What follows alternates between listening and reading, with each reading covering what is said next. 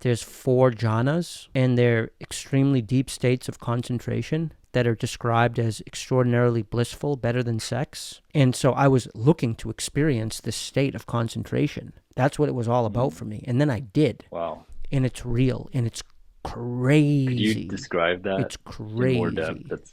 I'm really interested in to hear what it's like.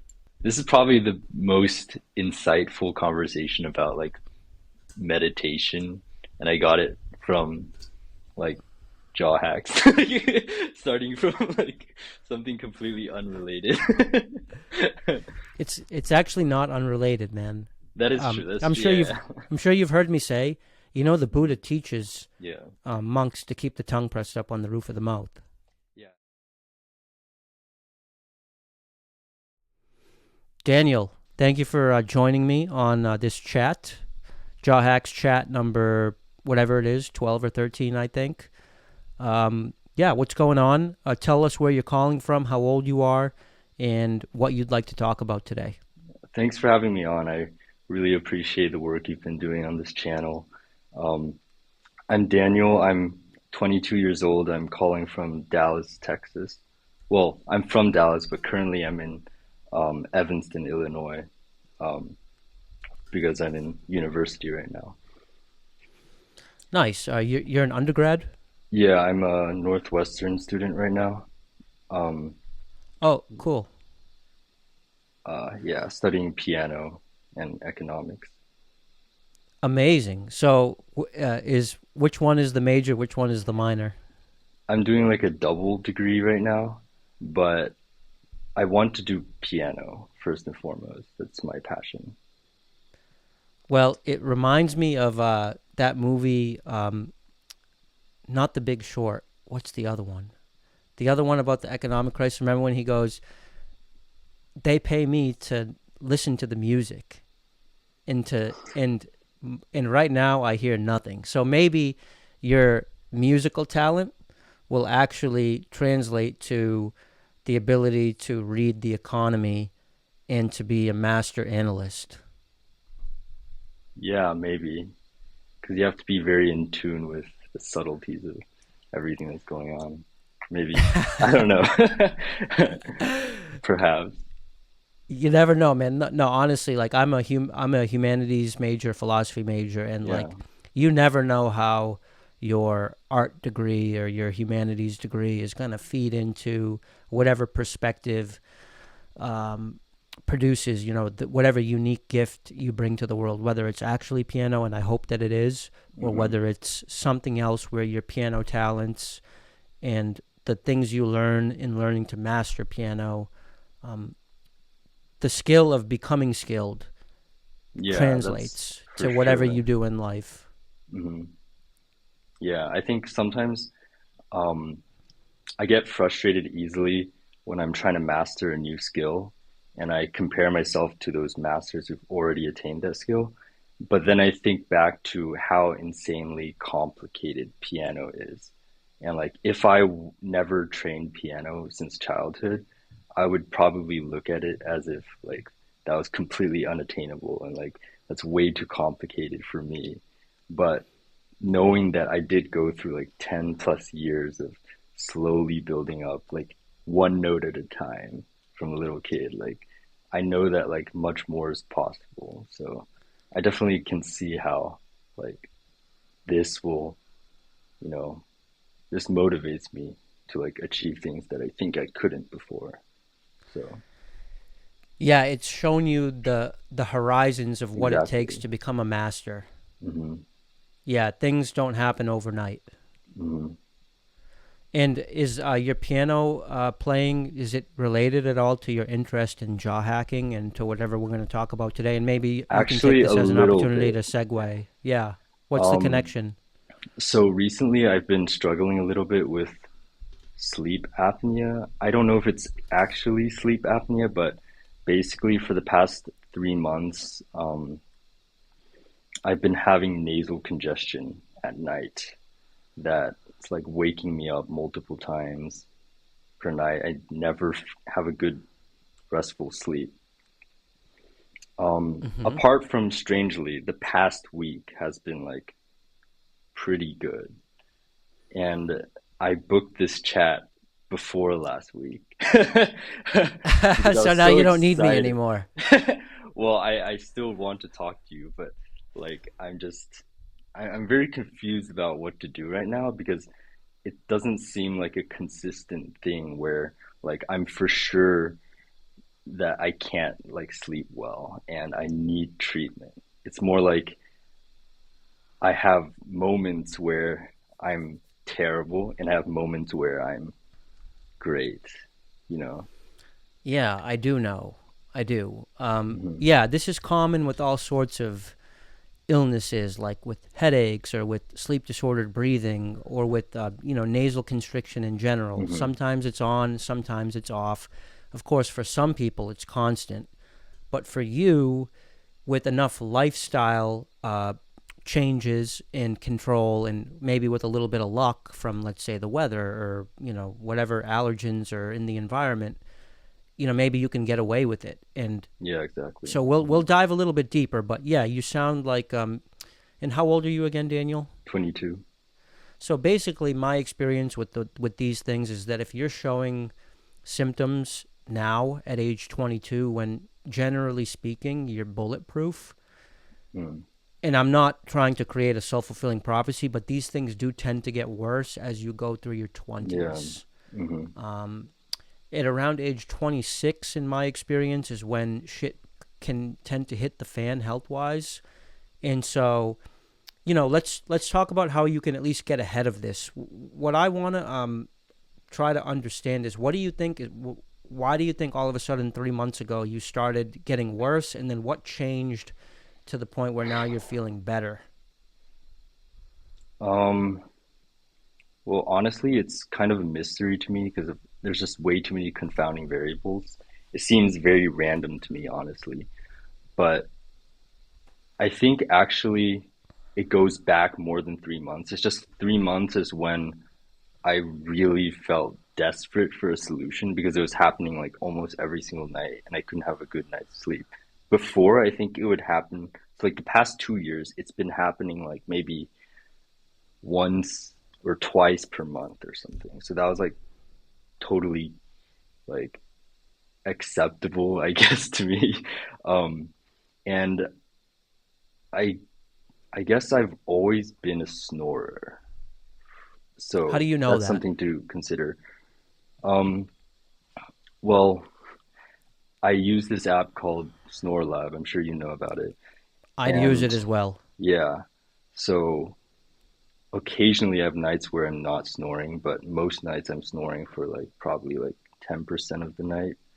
And I went on a camping trip during spring break, and my friends told me theirs. I was snoring.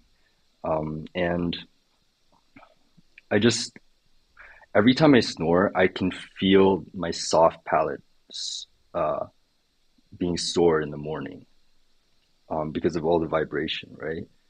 And I recall that being the case regularly through my whole life.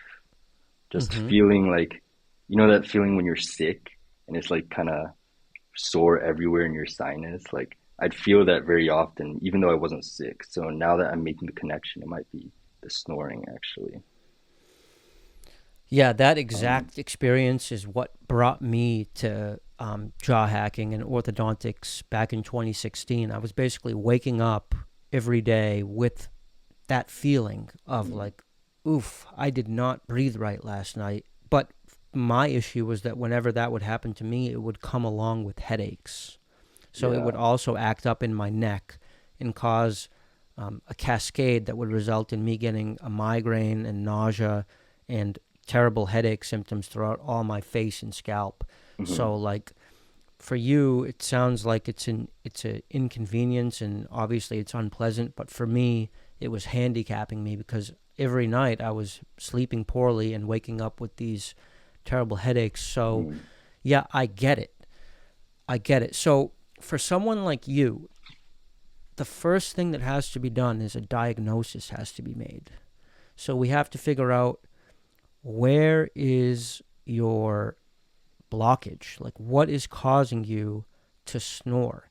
Is it and it can be several different places, or it can be one place or many places at once. Is it your inability to breathe through your nose, or is it a lack of space and therefore a clumping up of tissues in your pharyngeal airway, which is your throat? Or is it a lack of tongue space, that's causing your tongue to just fall back? Is it because your mouth is too small? Do you have any ideas?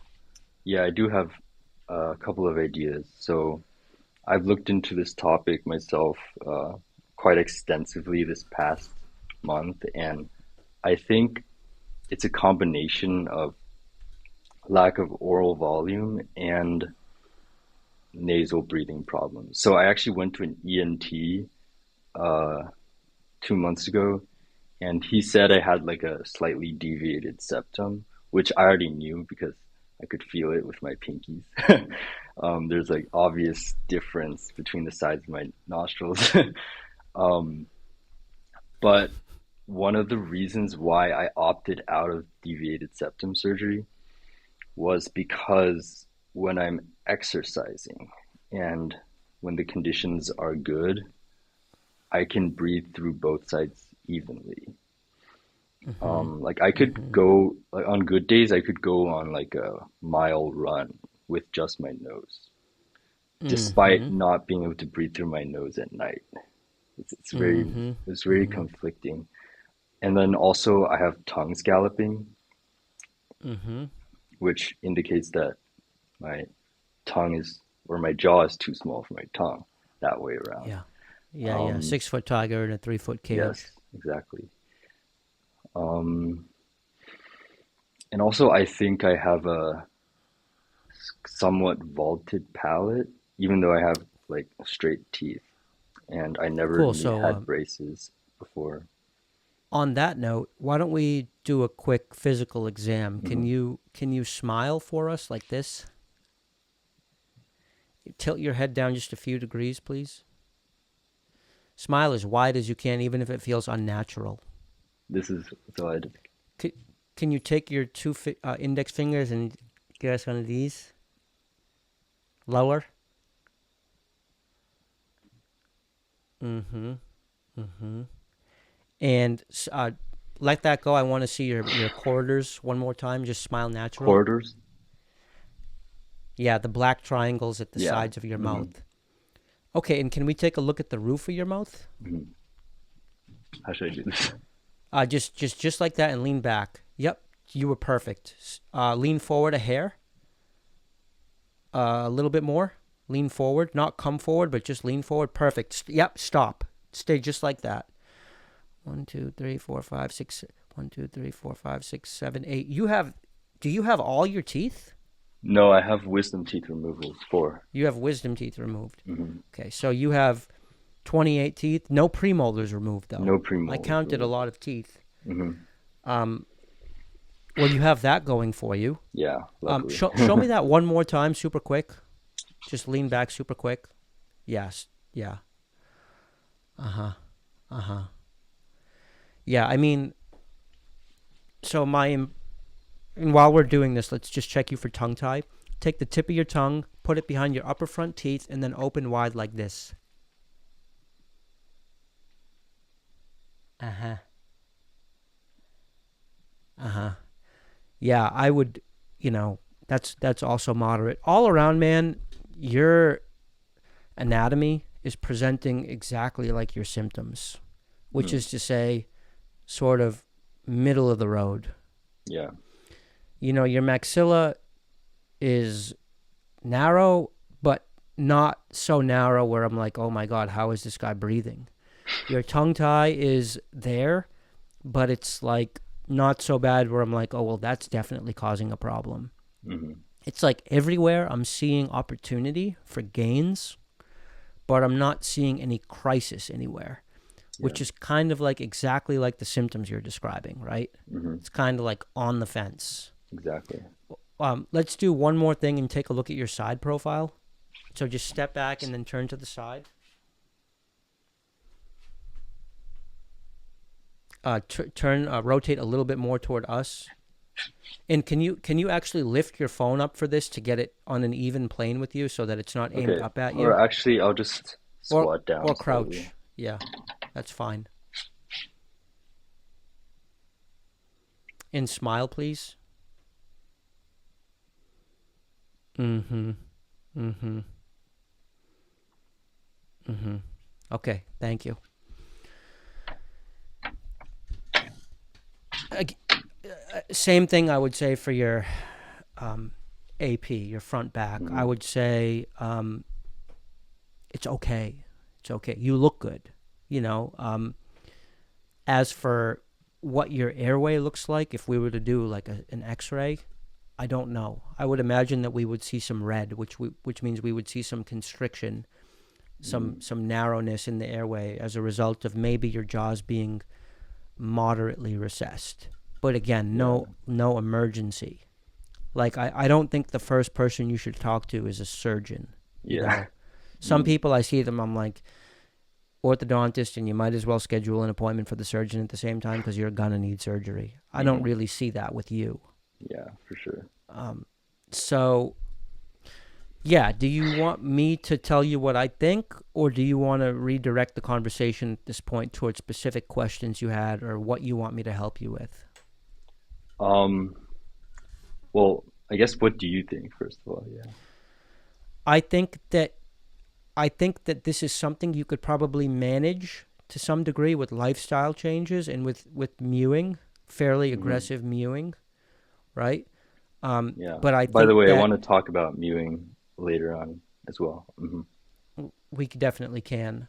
Um, but if you want to just level up quickly, I think some sort of maxillary expansion where you split your maxilla and also your nasal floor, them being Hmm. one in the same bone, I think that would improve your airway in two places immediately, which is it would give you more tongue space, which is a problem you're complaining about, and it would give you better um, nasal breathing, which sometimes when your nose is loose, let's call it warmed up after you've exercised, after you've done some nasal breathing and there's flow and there's moisture and it's warmed up, so to speak, your nasal breathing Hmm. is good, which tells me your nose is slightly undersized internally because when it's warmed up it's big enough, but when it's not warmed up it's not big enough. So like a half centimeter of expansion of the nasal floor would probably do you tremendous benefit and would probably get you to a point of rather than being like 50-50 cured, which Mm. is what, like, would you describe yourself as kind of 50-50 right now? Yeah. I think that could get you to 75-25, or maybe even 85-15, 90-10. Like that could be enough to get you over the hump. Mm. It would do very little in terms of affecting the way you look. This would not Hmm. be an aesthetic thing because the aesthetics on these skeletal expanders is kind of like 50-50. Like sometimes people like it, Yeah. sometimes they don't. I'm talking about doing this strictly for tongue space and nasal volume. Hmm. So like something like an MSE, a very moderately done MSE, or like an ease procedure with Dr. Casey Lee, Yeah. that would definitely be of great benefit to you. Yeah. I've been primarily considering those two from your Mm-hmm. videos as well. What do you think about asymmetry? That's like my main worry with these expanders. I know you talked It's a about it's a them a lot. Yeah. So you're afraid that you'll get an asymmetry. Yeah, especially since like I do feel asymmetry, like especially when I'm mewing. Like I can put pretty much my entire tongue on my left side, but I think my right side is not as expanded and my tongue slips off. And instead of like suctioning onto the palate, it slips off onto my teeth. It's very hard for me to keep it there. And Mm-hmm. so, and also like I have some TMJ problems on my right side only. And whenever I like jut my chin out, it forms a crossbite. So I have like a good occlusion like this, and I extend it, it like deviates like that. And so I feel like I have Yeah, existing asymmetry that may worsen if I do some expansion. can you show us what you mean by going into that crossbite? Can you just demonstrate the jutting? Yeah, it's a little bit blurry, but I can mostly see. So the so do that one more time. So your center line is on. It's So actually a your little center bit line is good. deviated slightly by like Okay, one yep. millimeter. Now it is. And then, When you do that, you seem to correct the center line, but then create a crossbite. yes. Yeah. So here's the way it works with asymmetry. Almost everyone has an existing asymmetry similar to yours. Okay. Not everyone realizes it. You realize it because you're mindful and Hmm. because you're experimenting with posturing your jaws in different ways to try to treat yourself, basically. The way it works with MSE and asymmetry is it's a crapshoot. Sometimes the MSE expands the side that needs the extra expansion and it fixes the asymmetry. Sometimes it does the opposite. Sometimes it expands the side that's already bigger and makes it and exacerbates the asymmetry. Hmm. I went to a Juan Moon talk one time where he said it's like I forget the numbers he used, but he said it was 60-40. It's going to help the asymmetry rather than make it worse. For all intents and purposes, I would say it's 50-50. It could get worse, it could get better. The key to dealing with asymmetry is not to avoid the treatment entirely. The benefits are too good. Yes. Okay? The key is managing the asymmetry.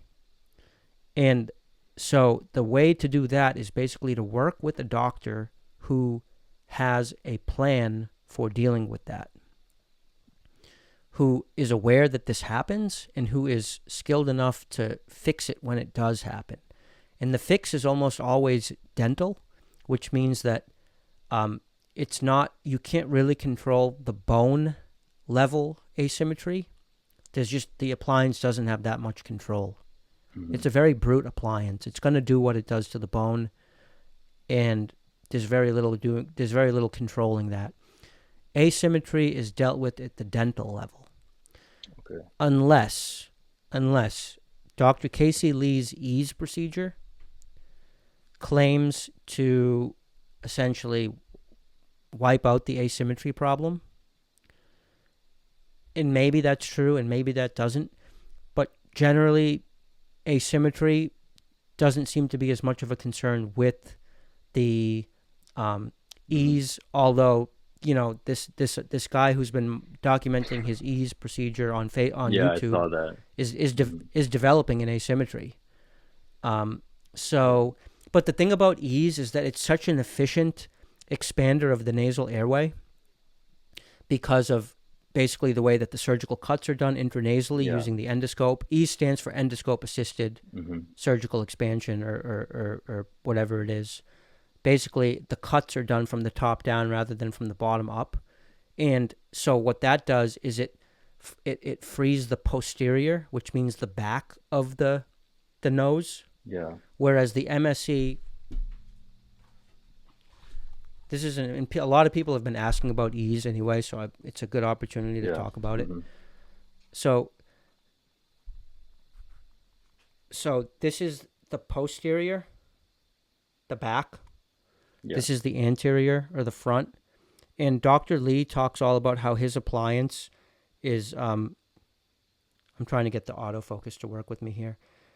He talks about how his appliance, unlike the MSE, is really great at getting a perfectly uniform expansion between the posterior and the anterior.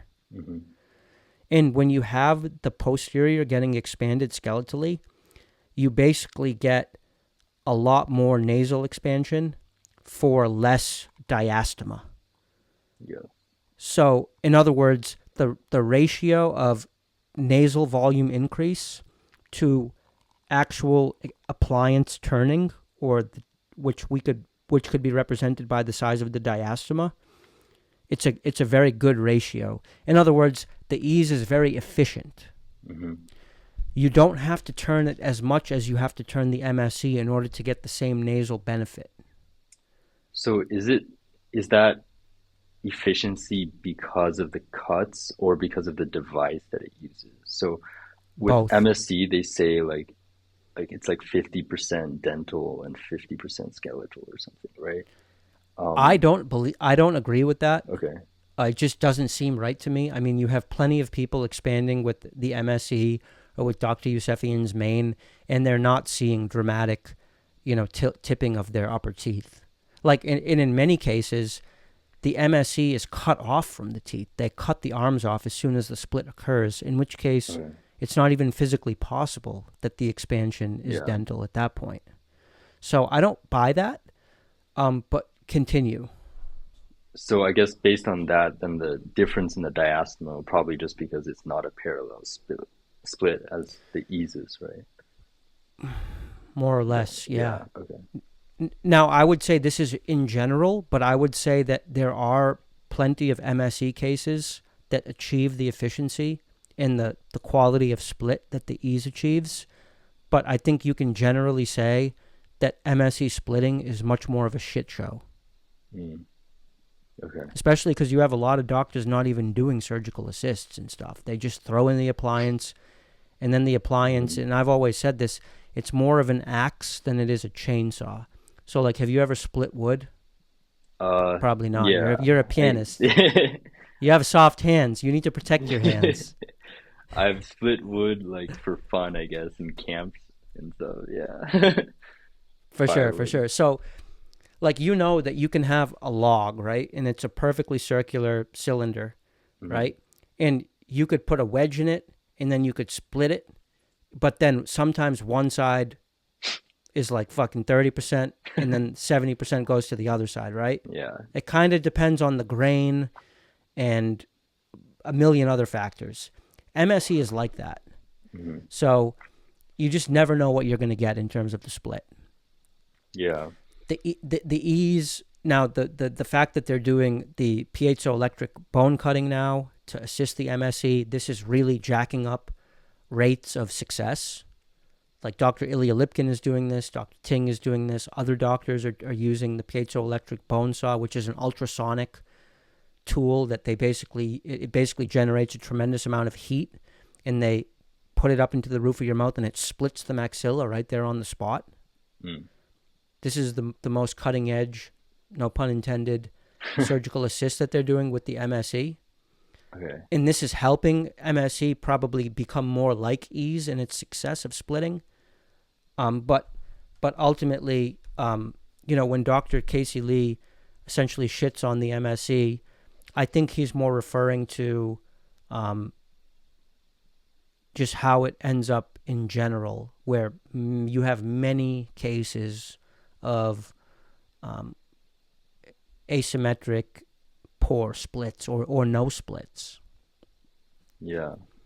And when you mean surgical assist, are you just talking about like corticopuncture or the whole SARPy where they do like a LaFord cut? Good question. I would say surgical assist is an umbrella term that includes all of those Okay. things. Yeah. Um, when I say surgical assist, and when I say the cutting edge of surgical assist, I'm talking about the best ways of helping the MSE split the suture. That could be dome, which is the full-on SARPy cuts, the LaFort cuts, where they actually cut the maxilla here and then Hmm. chisel down the middle. But avoiding that, what they used to do was they would either do nothing or they would do cortical puncturing. Hmm. Now there's a third option. And that third option is the piezoelectric bone saw, Okay. where they come in from underneath. It's not like the ease where they go in through the nose. Hmm. They come in from underneath and they hit the palate with the bone saw. The bone saw essentially looks like a fountain pen sort of, Mm. but it generates heat, and I've never seen it actually being done, but essentially they just score the mid palatal suture with it and then it splits. I see. And the orthodontist does it under local anesthesia in Hmm. the office. And so, what's the difference between the cuts that the ease does, besides the fact that it's through the nose? Like, where exactly do you know that they cut?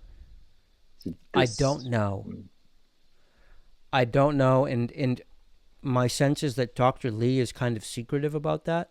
Although I shouldn't say mm, that because I really haven't done due diligence, but it's not easy to get answers to the anatomical process of what he does, like actually endoscopically.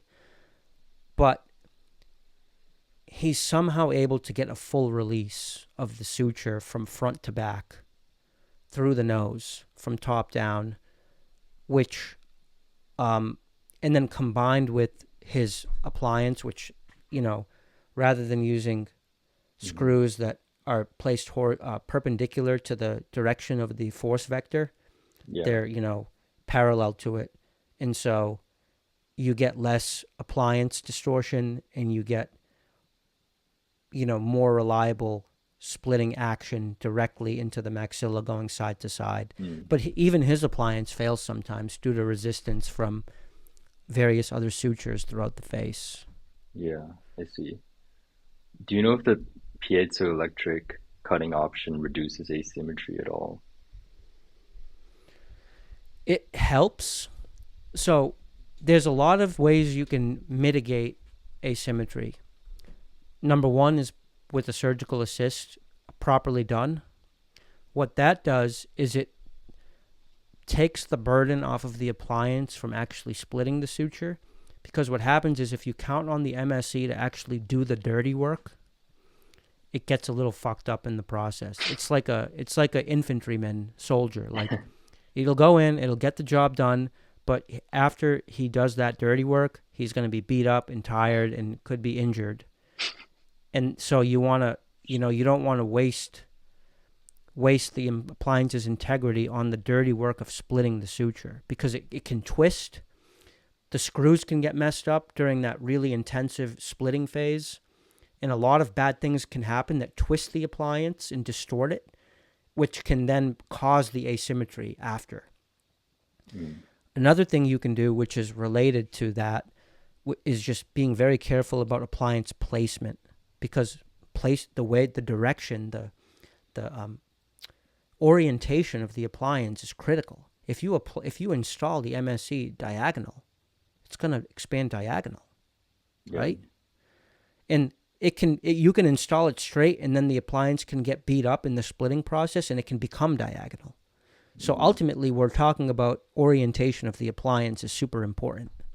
And that's why Dr. Lipkin, in his most recent interview with Mike Sadowski on Mike's channel, said ever since he stopped outsourcing the fabrication of his MSEs and he started basically designing and building them himself, his success rate went way up Mm. because Wow. essentially the labs were screwing up the fabrication, which caused the appliance to not always go in as perfectly as he wanted.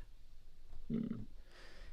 And this kind of goes back to what I've been saying for a long time, which is that it's so important with MSE to work with an experienced provider who knows these ins and outs. Mm. Yeah. Um, I was looking at some providers in the Dallas area. There's two that I know of. But I don't know how experienced they are. Do you know if What are their names? I'll have to I check later, but Yeah, there's some decent doctors in Texas. I mean, I know Texas is a big place. mhm. You want to run through my Texas list real quick, Yeah, sure. or do you? Yeah, I know John Karotkin gets a lot of love. Have you heard of him? No, is he in Dallas or He might not be in Dallas. He might be more in the Houston area, hmm, which I know is probably several hour drive. yeah. Um, So for Texas in Dallas, are you referring to Doug Shaw? that's one of them, yes. And there's another one. Hilton Goldreich? Oh, actually, I've never heard of that name, actually. There's another one that was on the One Moon list. Mm-hmm. Yeah. So so what I'll do after this, so the only Texas doctor that I can vouch for is John Karatkin. I've actually gotten positive feedback from patients who have seen him, Mm. but he's in Houston. Okay. So that's could be a little bit of a hike for you. How far is that? I guess it's like 6 hours drive, seven Damn, hours. yeah, then that's too Yeah. far. That's too far. Do That's you a know deal any breaker. that's like close to Chicago? Yes, Chicago, there's George Mandelaris. Okay. George Mandelaris. Ever heard of him? No.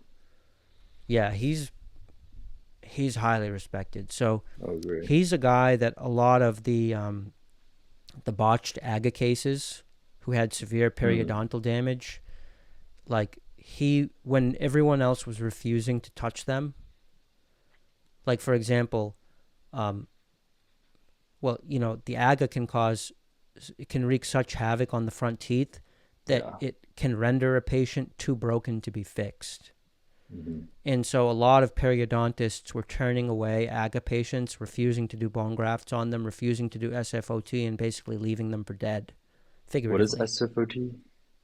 Surgically facilitated orthodontic therapy. It's basically a bone graft where you flap gums and then you pack bone matter into Yeah, someone's I see. um, periodontium, and then that allows you to do. And then you also score between the teeth with a drill or with a saw, and that triggers an immunoreaction, Mm. which accelerates tooth movement combined with the bone matrix that you place as the graft. That can allow you to get really rapid, safe, um, expansive orthodontics, basically. I see. Yeah, so Mandelaris is actually, I believe he's actually a periodontist, not an orthodontist, I believe. So he was taking on a lot of these AGA patients and like offering to help them because Mm. he has that level of expertise where he's comfortable grafting into patients who don't really have a lot to work with. But I know that I believe he also does MSE and Mm. is very airway focused. So I would consider consulting with him if I Okay, were you. great. That makes things a lot easier actually. Since I'm gonna Mm-hmm. be in Chicago for like basically I'm only in Dallas for the winter and the summer. So if I want to get it done either this fall or the next semester, like I don't know how many trips you have to make for MSC. Like is it like a you have to like meet up with them often or is it like a one time or I don't know. Yeah, you should plan on seeing the doctor once every 4 to 6 weeks for one to Okay. 2 years. Okay. Now, if you're away for the summer, I don't think that's the end of the world. If there's Mm. certain periods where you have to be away for 2 months at a time, that can probably be planned in with remote checkups. Mm. Okay. So I think it's feasible. How many more years left do you have at Northwestern? Just one more year. You So have 2022 to 2023. yeah, so I'll be You graduate in done September? June. Oh, in June. Yeah, June of Right. 2023. And then you're going back to Texas? Yeah, for the summer, and then wherever I'm going for grad school will be next. Yeah, right, right. Yeah, I think you have time to get an MSc done with George Mandelaris. Okay, that sounds great. Mhm. Now, And why is like alternatively, he not on the Juan Moon list? Is it like not a comprehensive list? I thought. oh, it's not a comprehensive Okay. list at all. Mm. No, not at all. First of all, Dr. Moon has a lot more to do than maintain a list, right? So you can imagine that it's incomplete. Yeah. Second of all, I believe that list is mostly people that Dr. Moon works with personally or that trained with Dr. Moon. But there's a hell of a lot more providers out there than just those who trained with Dr. Moon. Mm. There's a whole world of MSE out there that's sort of independent of Dr. Moon. I see. It's his appliance, but there's other people doing maxillary expansion. And there's So how other did you MSCs know, out like, there. where did you get this list? Like, I couldn't Oh find yeah. wherever. Yeah, I talk to people like you for a living, man. So like I'm on the in. I I learn so much from the people I chat with.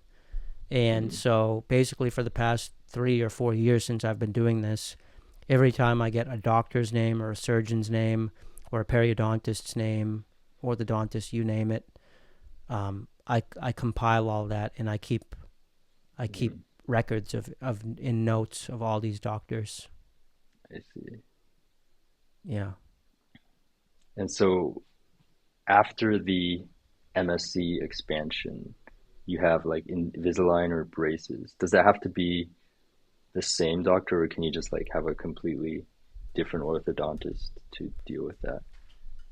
It's a little bit more generic, Okay. although no less tricky in my opinion. Mm, Like don't think of Invisalign as like the easy part that any old corner orthodontist can do. It's not that at all.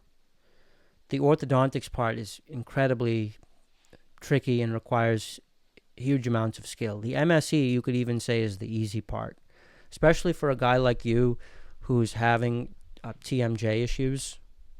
mm, You know, you're going to want someone who knows what they're doing to examine you and to help figure out your bite. I see. But let's say you end up in San Francisco for grad school, or New York, or Texas, whatever, wherever it is. Mhm. You'll be able to find an orthodontist there who can sort of take the handoff from your MSE provider and get you across the finish line. Okay, that sounds good. And what do you think of the lower jaw? Uh, like, what would be a good plan for that? Especially if I'm not doing like a 1 centimeter expansion, just like half a centimeter. Yeah, I don't see you as needing a radical amount of upper expansion. I see you as a moderate case.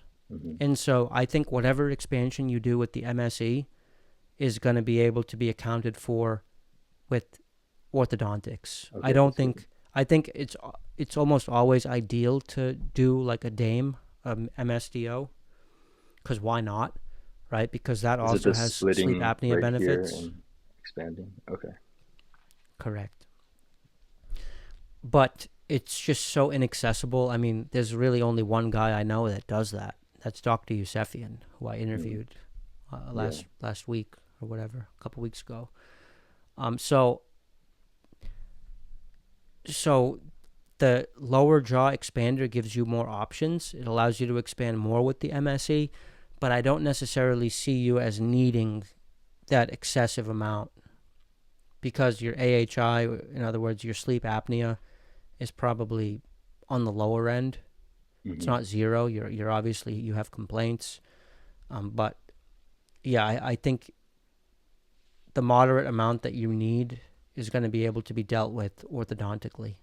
Okay.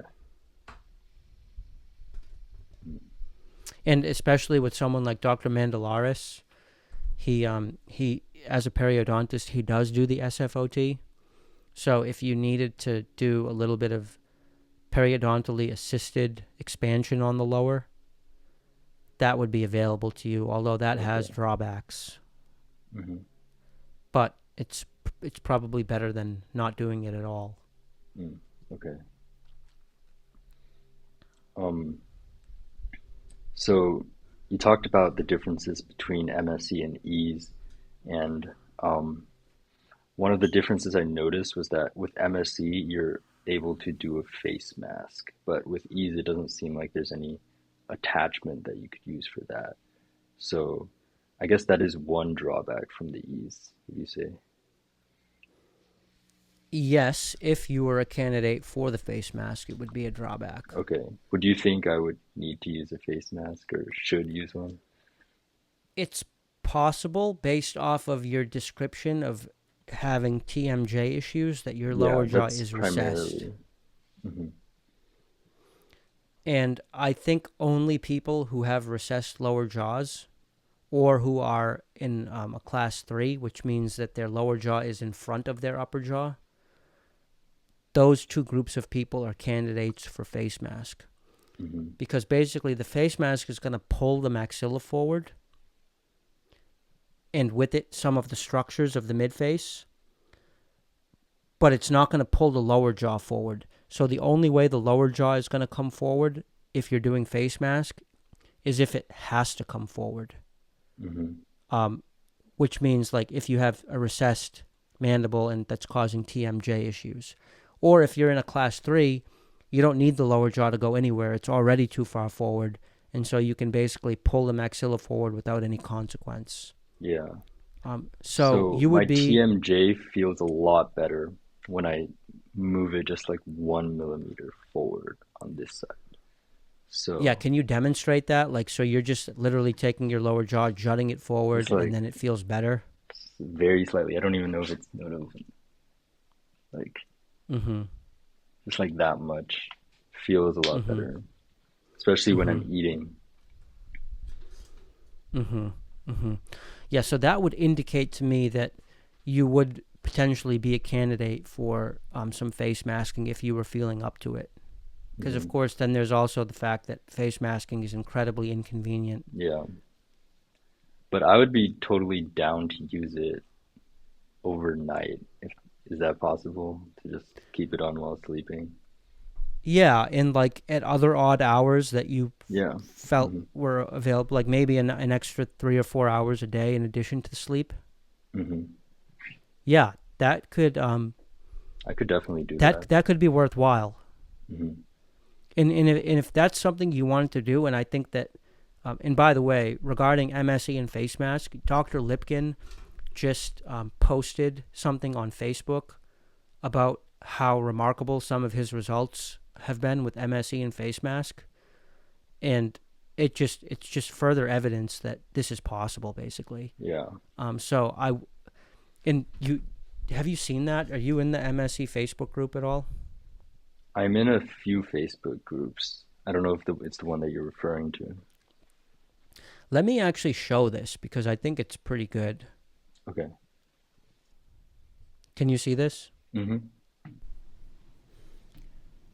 All right, here's the post that I wanted to show you. So it's by Dr. Ilya Lipkin, and it's documenting a face mask being used in an adult male to treat a class 3.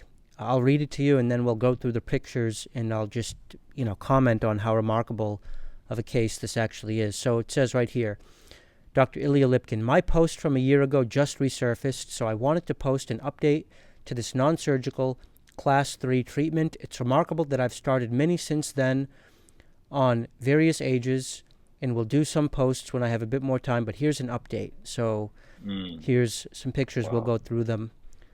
Okay, so here's Yeah. before and after. 18 months. This is 18 months of face mask. You can see this is where the guy started in a class 3. It's not a horrible class 3. I've seen much worse. I've seen class 3s that I've chatted with that are like a centimeter. I interviewed one not long ago, and here's what it looked like after the fact. That is ridiculous. I mean, look, it's completely Mm. cured. No surgery. Here's what he looks like head on, and yeah, just remarkable. What else we got here? Some scans showing Yeah. an actual change in the bone and perhaps what they call the A point, the actual front of the maxillary bone, not just the maxillary teeth. Okay, very impressive. Mm. And here's 6 months progress. This is 6 months progress. So this is what it looked like after just 6 months. Class 3, and then some improvement. And you can see a distinct change in the nasolabial angle even after just 6 months. That's the angle between the upper lip and the nose has changed significantly in only 6 months. And then the patient ended up tripling that in terms of treatment. Initial Hmm. records, that's not too important. Da-da-da-da-da. So yeah, 18 months, class 3 in this adult male cured with face mask. Mm. Wow. I remember you talking Yeah. with Dr. Ting in that podcast, and he said you're very lucky to get like 1 or 2 millimeters, right? So does this kind of change that narrative? I think so. Okay, I crazy. think so. And I think that, Dr. Ting said that years ago, and um, a lot has happened in the MSE world since then. Mm, There's been many, many, many cases done since then, and many experiments done, and innovations. And so I think what he said, I think he would be the first one to be willing to update that statement now, mm, especially considering Dr. Ting is like, one of his good friends. Dr. Lipkin is one of Dr. Ting's good friends. mm, Dr. Lipkin just placed Dr. Ting's MSE. mm. Oh, you So mean okay. I could probably show you Dr. that. Lipton plays Dr. King like personal MSC. Oh Yeah, look at wow, this. okay. Look at I thought this. you Can just you meant see like this? he just helping out. Okay, well, that's yeah, wow. No, look. Can you see this? Am I still Could you sharing? read it? I can Yeah. see it. So here's a picture of Dr. Lipkin on the left, and then there's Dr. Ting on the right. And it says, uh, when Doctor, this is Dr. Ting speaking here on Facebook.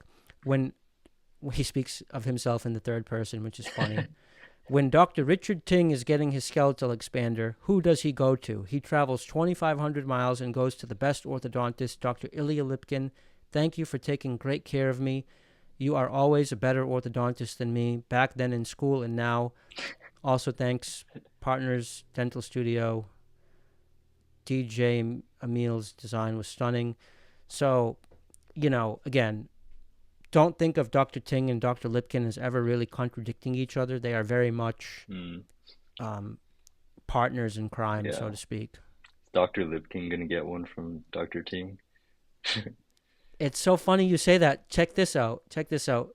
Mariana Evans, who's also like one of the heavy hitters in this space, she said, "Doesn't Ilya need it more than Richard?" Yeah, that was my first impression.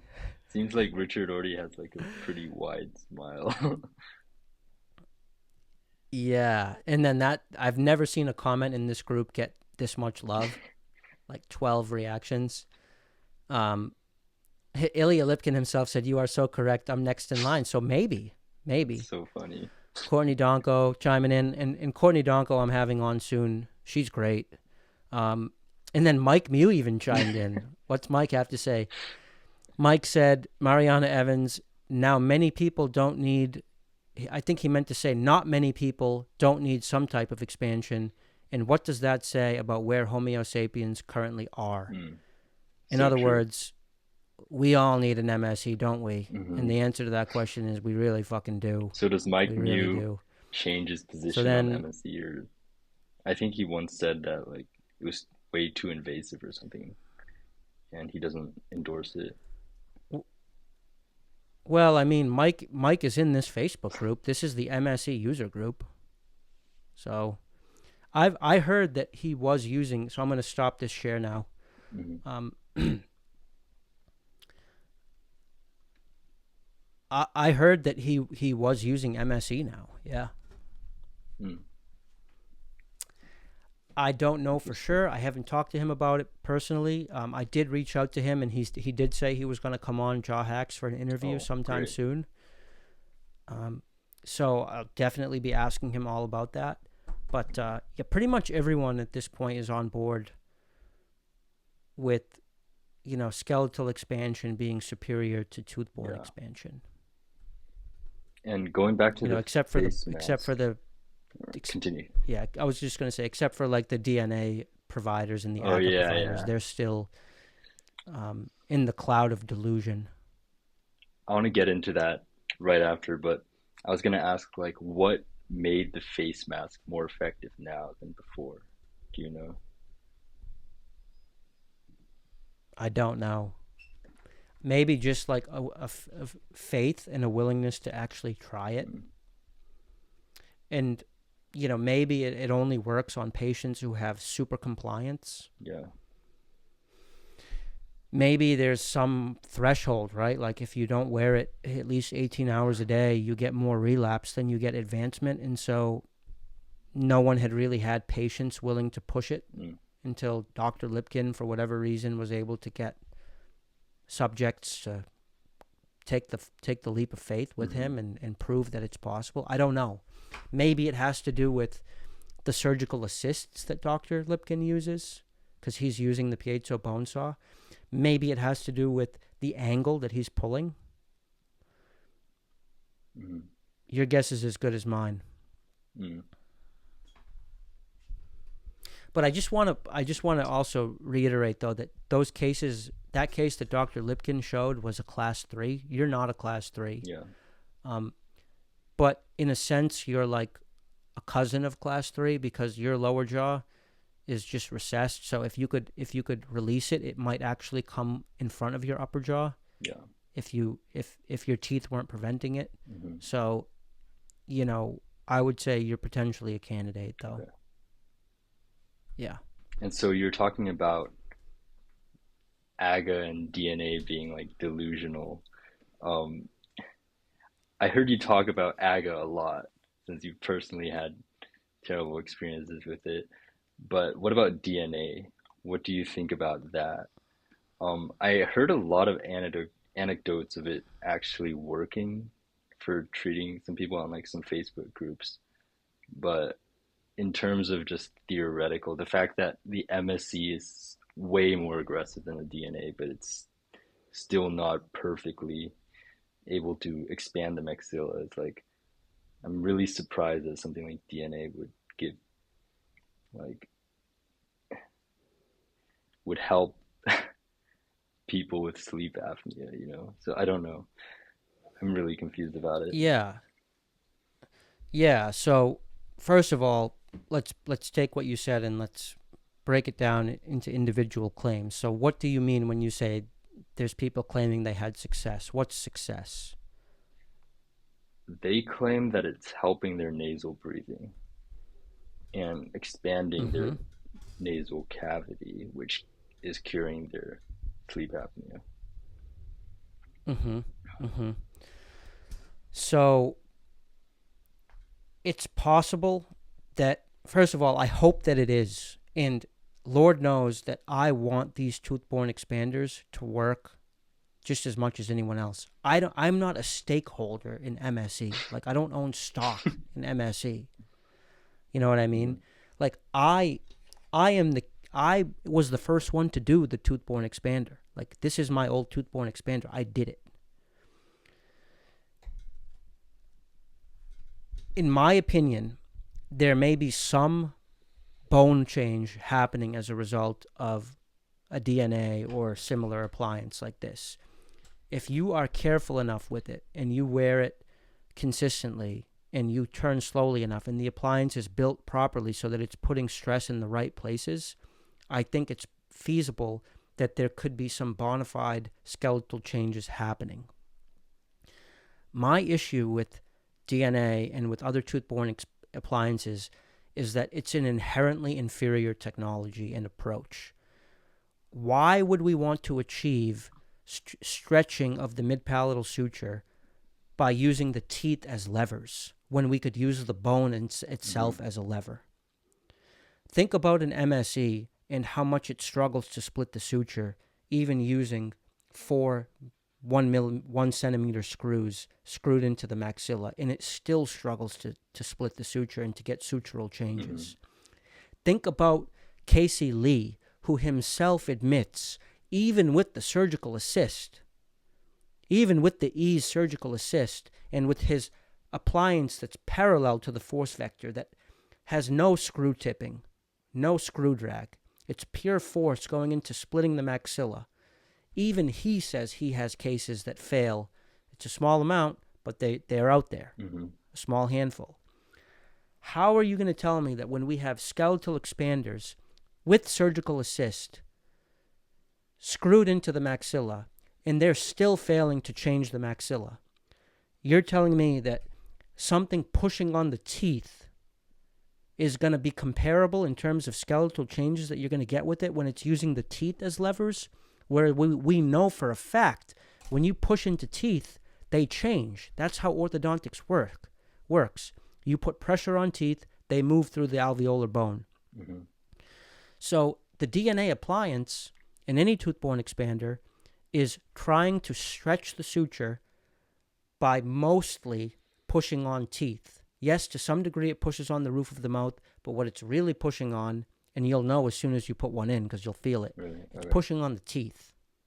Mm-hmm. And so what's more likely to happen with a DNA is you're putting pressure on the teeth are going to tip, the teeth are going to suffer periodontal damage. You might get some skeletal expansion, Mm-hmm. but that's going to be an afterthought as compared to the dental tipping and the dental wear and tear that you're going to absorb along the way.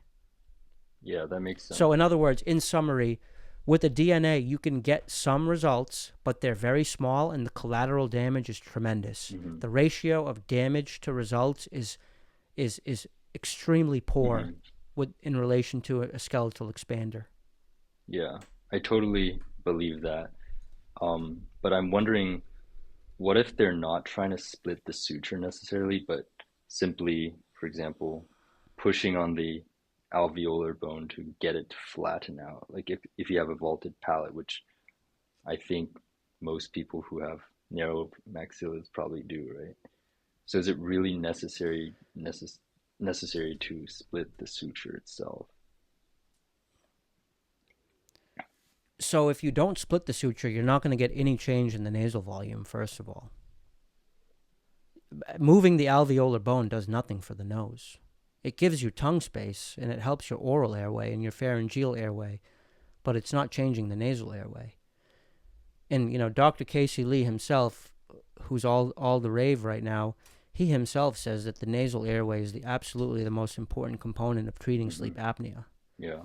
So he says the nose is the priority, and that's why his ease expander, optimizes nasal expansion as opposed to oral expansion. And so that would be the first thing. The second thing, with regard to, as you said, bending the alveolar bone.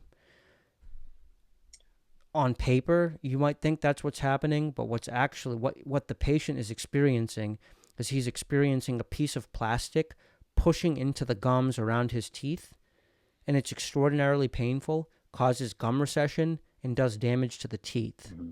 So where are you putting the force on the alveolar bone? You're putting that force essentially right directly onto the teeth. Yeah. Right? And so the teeth are going to suffer. Mm-hmm. Do I think that if you can get oral volume that way that it would be beneficial? Yes, but at what cost? Yeah. Right? And then also you're just at that point you're tipping maxillary. Even if you're just tipping the bone, you're tipping the teeth, and so the teeth end up flared out. And so then what do? You have to bend them back in to reestablish occlusion. Yeah. And so you're round tripping. Mm-hmm. And then the final point is, why would you do that? Why would you even want to do that when there's these other options available that just avoid all of these problems? Yeah. I think it's it's not like we don't have other options. It just seems MSD and ease, they just seem like way more invasive, but not necessarily. Besides asymmetry. This is the more invasive fallacy. Yeah. This is the fallacy, because people fallaciously believe that skeletal expanders are more invasive than tooth-borne expanders, but that's actually the inverse of the truth. The truth is that tooth-borne expanders are far more invasive because they cause tooth problems. Yeah. And tooth problems are a nightmare for the rest of your life. If you start down the road of periodontal damage caused by excessive orthodontic force, especially in the outward direction, side to side is okay, but pushing outward is extremely destructive to the teeth. That's a one-way path. Yeah. Teeth are like plants where once they start dying, it's very hard to recover them. And even if you do recover them, they're always just going to be a shell of what they could have been had they been allowed to take a natural, healthy path. Yeah. I have That's what. tooth That's issue, why actually. the whole field of periodontistry exists to deal with Hmm. these types of problems. These are horrible, horrible problems to have. Yeah. So there's nothing less invasive about a tooth-borne expander. Um,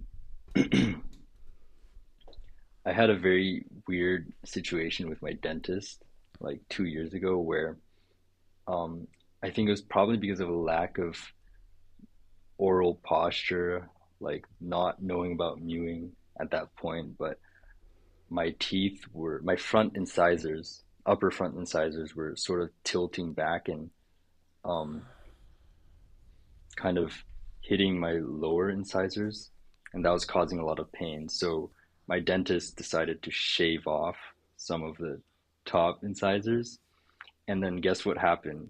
It went back even more. And then I asked them about it. They shaved it off again. So like now it's kind of I feel like it's not in the right equilibrium, and I often feel pain when I wake up. Um, where I feel like it's just out of place. And throughout the day, I have to sort of like push it back to the right position. And at night, since, if I'm sleeping on my back, for example, my tongue is not pressing against the front of the teeth or relaxing there, it falls back. And so it's like a daily sort of yo-yo motion. And I feel like I'm doing some damage to my teeth.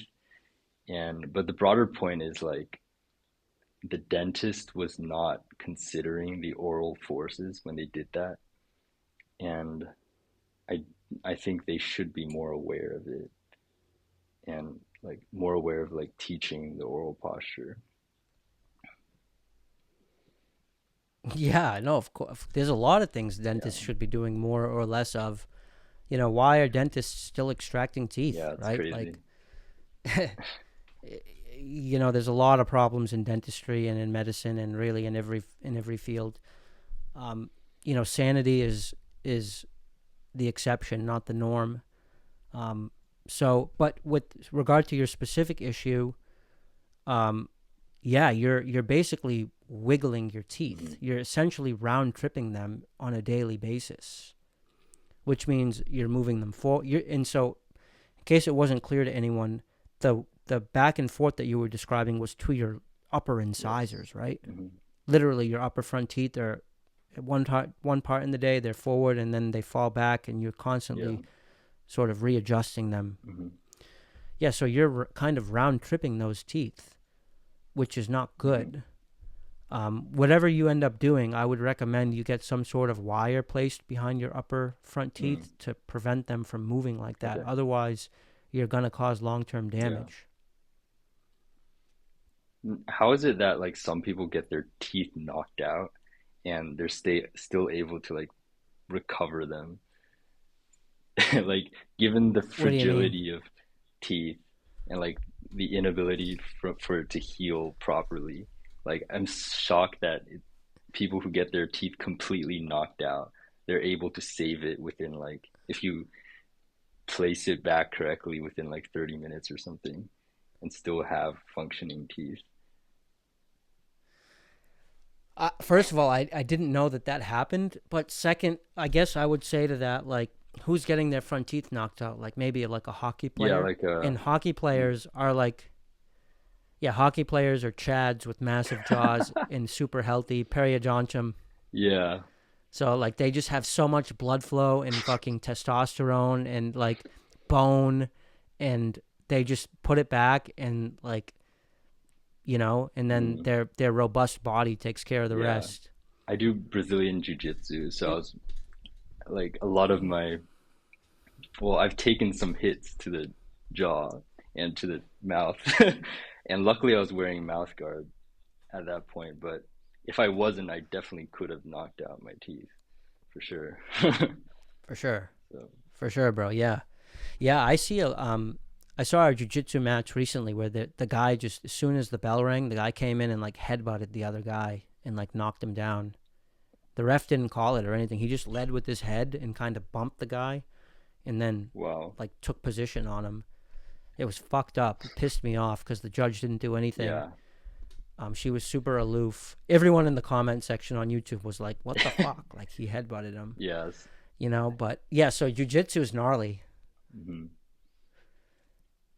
How are you liking that? Do you like Oh, jujitsu? Do you I feel like love it's it. an important I'm part of your life? taking some time off because of piano. Like this is like sort of a conflict in my life where I want to do piano and it's like probably going to be my profession, but at the same time, jujitsu is dangerous for your hands because you're grabbing, like you could fall wrong and like break a finger, you know.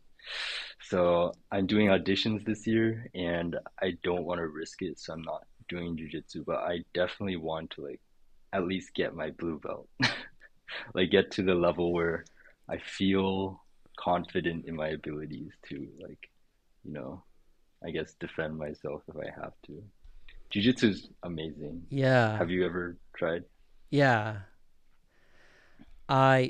I generally can't do martial arts just because my headaches. Like if I Oh, tweak my neck, it's an instant headache.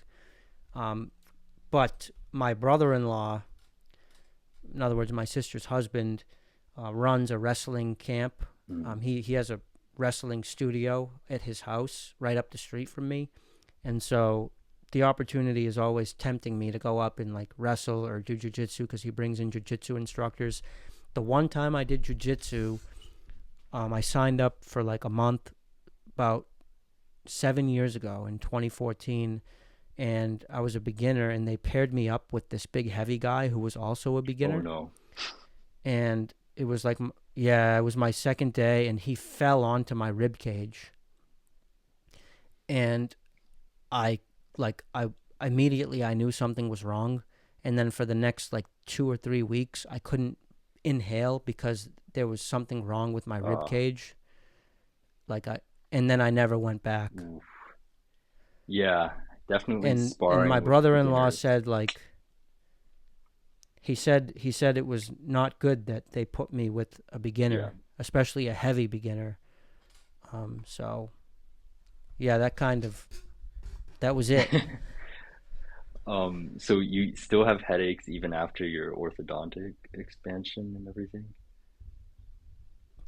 They're a lot more Mm, manageable, but yes, the short answer is if I there's certain triggers that are still mm, triggers, and um, the primary trigger is essentially overdoing it with my neck because my headache problem, is in my neck. I have occipital yeah, neuralgia, and I've had 3 surgeries on removing peripheral nerves in my head and neck, and in particular this one spot right here hmm, yeah, is still quite problematic. If I just go through life, like sleeping doesn't cause it. Like I used to just get headaches from sleeping hmm, bad. Now to get headaches, I have to um, essentially overdo something I and see. kind of fuck off and then get myself in trouble. Mm, Or just like, yeah, tweaking my neck through sport would be a guaranteed headache. I see. So it's not like a post-concussive issue, because I remember you talking about like hitting your head during football and that triggering your headaches. So I was wondering if that was like a long-term concussion effect, like some people suffer one concussion and they have like headache symptoms for a really long time. So if it's not that, then It's maybe it's manageable if you want to train lightly with like a higher belt. Like you could definitely talk to them and like they could pair you up with like higher belts who are gentle for sure. Yeah, no, that's an awesome idea, and I appreciate the encouragement. It's not a concussion issue; it's a peripheral nerve in the Mm, neck issue. Um, but that's awesome, and maybe I'll consider that, especially because I've been the last 2 years I've been really since my MSE basically I've been doing a lot of weight training and I've been getting a lot stronger, yeah.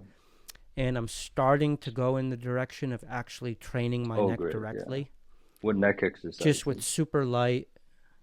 I just do like yeses and nos and then ear to shoulder, Okay. like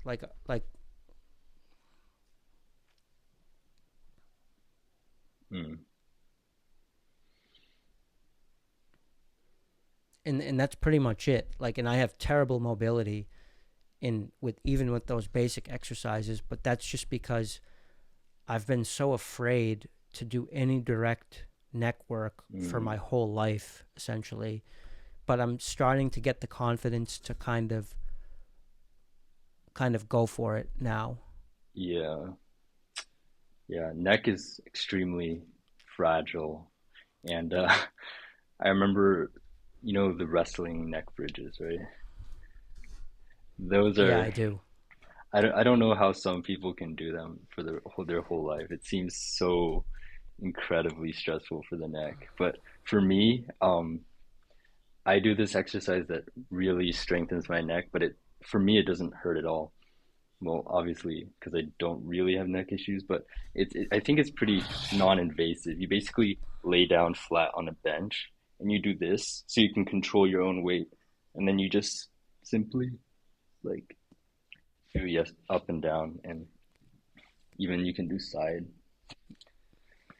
That works for me. Yeah, so you're essentially, for anyone who's listening, not watching, you're putting your hands behind your head, and then you're using your neck to press back into the resistance of your own hands. Yeah.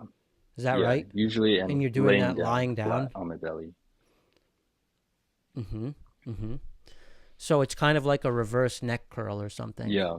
Or it's like a neck curl going from the back of your head toward your back rather than from your chin to your chest. Yes, exactly. Do you do chin to chest type stuff too? I did that for a while, but then I felt like most of the tension in my throat and like the muscles right here, and it felt really uncomfortable. So I couldn't find a way to perfectly isolate these muscles right here, which is the ones that you want. Um, so I pretty much don't do that.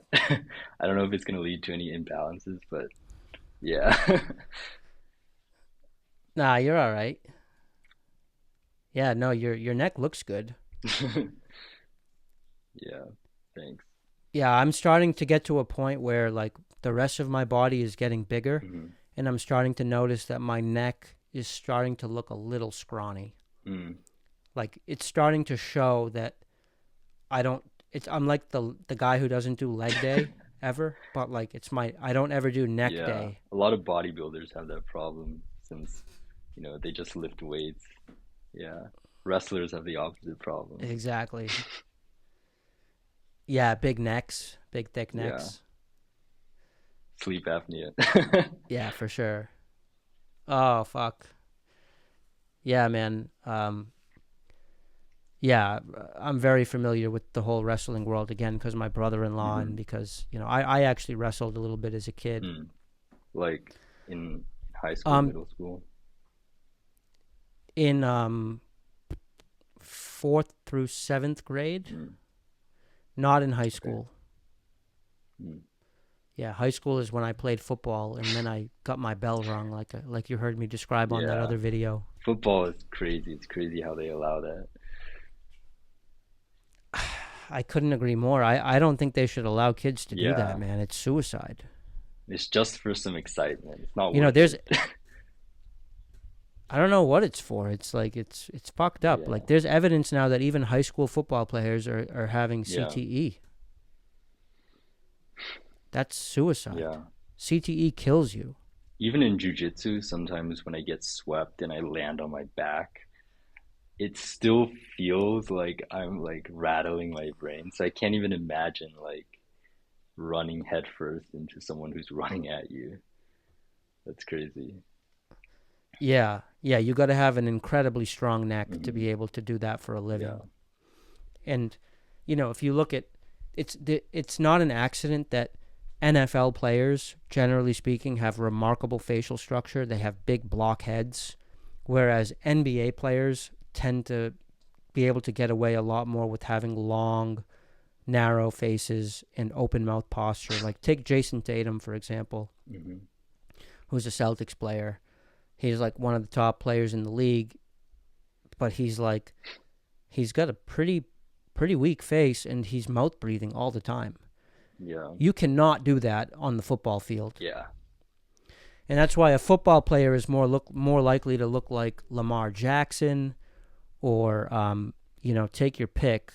These guys have massive skulls, massive airways, massive maxillas. Mhm. And as a result, they have probably really strong necks because, first of all, they've had great neck posture their whole life. They don't have forward head posture because forward head posture is caused by having a small Mhm. airway. And, then from there they train it. And I think that reduces the amount of energy that ultimately gets transferred to the brain hitting the skull. Like, I think their neck, like when a DB comes up on a tight end and smashes him head on, I think that it's a lot of that is like the neck musculature absorbing a lot of that energy and then it flowing down through the rest of the body. Yeah, for sure. That's why boxers, they have to train their neck. But even more interesting than the neck is the skull shape. And like I've noticed, you can pretty easily tell in MMA who has a good chin or not, just based on their facial structure. Like there's this 100%. UFC fighter called Li Jingliang. It's a Chinese UFC fighter. He has like the most like massive forward grown like it's like he looks like a caricature of what you would describe as like a forward grown face, and like he has like he's never been knocked out. Takes he's never been rocked. It's like you can totally predict it. And I wonder if it's even Yeah, he's got an amazing yeah, face. Amazing. even besides the neck, like maybe the skull also protects you from concussion. For sure. Another example of remarkable facial structure in the UFC would be like pretty much any of the Dagestani fighters. Hmm. Like Khabib has a super, super short, wide skull. And you can see him, first of all, he's undefeated and he's probably the best ever. Hmm. But he would use his neck as like a fifth limb almost, Yeah.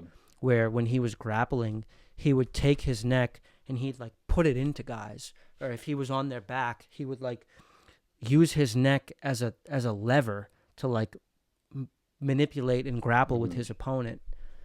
Um, Yeah. and Khabib never even got knocked down. Hmm. You know, um, so yeah, for sure. I always watch facial structure in athletes and link it to Yeah. performance.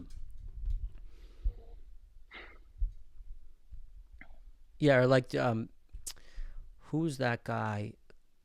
Khan. There was that boxer Khan. Khan. He had super weak facial Oh structure. yeah, Amir yeah, Amir Khan. Khan.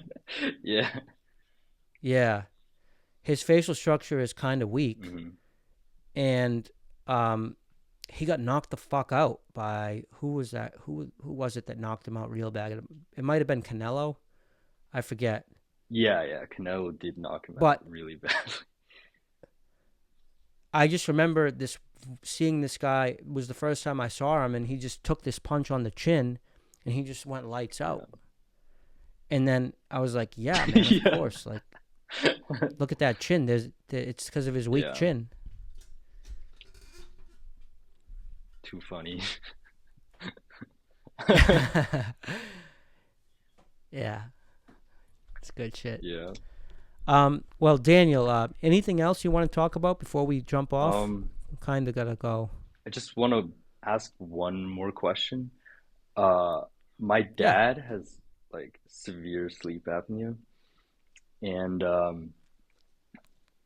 he's he does not want to get on CPAP, which is I think is a little irresponsible, but he has found like his own way of sleeping that like allows him to at least not have apneas, even though I think he still breathes through his mouth. But anyway, uh, I was wondering, like, do you think for like someone who's 60 years old, any MSC or ease treatment would work for someone of that age? hundred Do you think percent, so? Okay. 100%. Yeah. Do you know Mike Sadowski? He has a YouTube channel where he's documenting his MSc and MMA treatment. No. Check him out, Mike Sadowski. He's the one who interviewed Dr. Ilya Lipkin. I reference that interview all the time. Mike did MSc and MMA, and his dad, who's in his late 50s, early 60s, is doing the same exact thing with Dr. Lipkin. So, yeah, it's absolutely possible, especially with the piezo bone saw, getting the maxilla split with the MSc, because that's the hard part. It's totally doable. Okay. Well, that's great. I think if I do the MSc/Ease and it's a success, I'll probably be able to get my dad because he's a little like unsure about like I guess invasive treatments. He's very like a naturalistic guy. So hopefully. Is he healthy? Not really. Is he overweight? Not overweight. Is he overweight? But he's definitely not in good shape. Well, I think compared to the average American for 60 years old, I think he's probably better than average. But does he smoke? no, doesn't smoke. Pretty much his only issue is bad posture, like very bad posture. Kyphosis, forward head posture, mouth breathing, and sleep apnea. So I think yeah, airway. I think he could handle it. Yeah, I think it sounds like a lot of his root problems relate to the airway. Yeah. Maybe if this was something he did when he was your age, it would have altered the development of his body, and he would have never ended up with kyphosis and the rest, Yeah, I right? totally think so. He told me like he was never able to breathe through his nose like after his teens or something. So he's pretty much been like a mouth breather for his whole life. Holy Yeah, fuck, man, that I know, sucks. but So I it's see. interesting how he doesn't like find that too much of a problem. I think it's a little, no, not a little, it's way too normalized in society to be a mouth breather. It should not even be like close to anything normal. Yeah. Well, look, maybe your dad's just a tough son of a He is gun, and very maybe tough. he That's just. yeah. Pushes through anything. You got to realize a lot of people, it's they just mask it with drugs and alcohol and other Yeah. addictions to try to smother their constant sense of physical discomfort. I'm not saying that's what your dad does, but a lot of people, like when you look broadly throughout society, depression, anxiety, addiction, obesity, every unhealthy metric is at an all-time high right now. Mm. And so people aren't really coping with it well. Not saying that that's your dad. Your dad might just be a tough son of a bitch who's like, you know what, if it doesn't kill me, it makes me stronger. I'm glad to be alive. Yeah. If I don't have a nose, at least I have a mouth. Yeah. Right? I think that's his philosophy. So it's probably more your dad, but there's definitely something he can do. And for someone like your dad, I would even lean him in the direction of like just have him go see Dr. Casey Lee, because Casey Lee is like he's a world-renowned surgeon in his late 50s or early 60s who can probably relate well to your dad, and he'll just tell your dad what's up. Yeah. And it's also more of like a go in, do it, and be done with it type thing. True. They can also speak Chinese to each other. Yeah. And maybe that type of X factor is what it's going to take to get your dad to consent to treatment. Yeah. But an ease would definitely help, because your dad doesn't give a shit about aesthetics. I'm sure he wouldn't care about like, he's not thinking in terms of intermolar width and his zygomas, he's just trying to maybe get a better night's sleep, right? So for him, like ease will check all the boxes. It's basically a guarantee. He's in good hands with Dr. Lee. Dr. Lee is going to be able to answer all his questions and convince him that this will help. And your dad also, I'm thinking, can probably afford it too, because ease is way more expensive. Yeah. Sounds good. And boomers generally have a little bit of money in the bank, at least more than us. Yeah, I think you could definitely So afford it. I think it's worth yeah, it. good. Yeah. Good, man, good. All right, Daniel, anything else? Um, I was gonna talk about mewing, but I don't know how much time we have left. Do you have to go? We can do a quick segment Okay. on mewing. Yeah, so I was talking about like how my tongue is kind of like slipping off to one side. Um, I've never really been able to figure that out after 2 years of just like changing my posture. Sometimes works, sometimes doesn't. Like I think like 5% of the time it feels natural that it's like perfectly evenly pressing. But I was wondering if you have any tips on that. Yeah, my tip on that would be make it bigger and potentially resolve any tongue tie issue. Mm, Because think of it like this: you're never going to be able to get a perfect function out of something that's anatomically imperfect. You can cope, hmm. you can manage, you can make it work, but you're never going to get a habituated, perfect posture if your mouth is too small. Or conversely, because think about it, this could be being caused by two things. It could either be the roof of the mouth, or it could be the thing that's pressing on the roof of the mouth, which is your tongue. So you either have an asymmetric tongue tie, or your maxilla is just too small, in particular on one side or Hmm. the other. So why don't we quickly examine your tongue just to rule that out? Yeah. Put the tip of your tongue behind your upper front teeth and open wide. Mm. Yeah, it's not a terrible tongue tie, but it may be something you want to take a look Hmm. at. I do see the frenum is it's prominent. It's not. I would describe it as like mild to moderate, not worse. Hmm. So probably we can assume that the issue is just your maxilla isn't big enough for you to mew perfectly, Yeah. man. And this is super common. This is the case for almost anyone. Um, So maybe if you can just take the whole thing and expand the whole thing 5 to 7 millimeters, it'll give your tongue, even if it's not symmetric, right? Like even if you still end up with one side wider than the other, maybe even the narrower side, if it gets another 3 millimeters, it will give you what you need to get your hmm. tongue up. You can drive yourself crazy trying to master Yeah, it mewing. sort of has a little bit.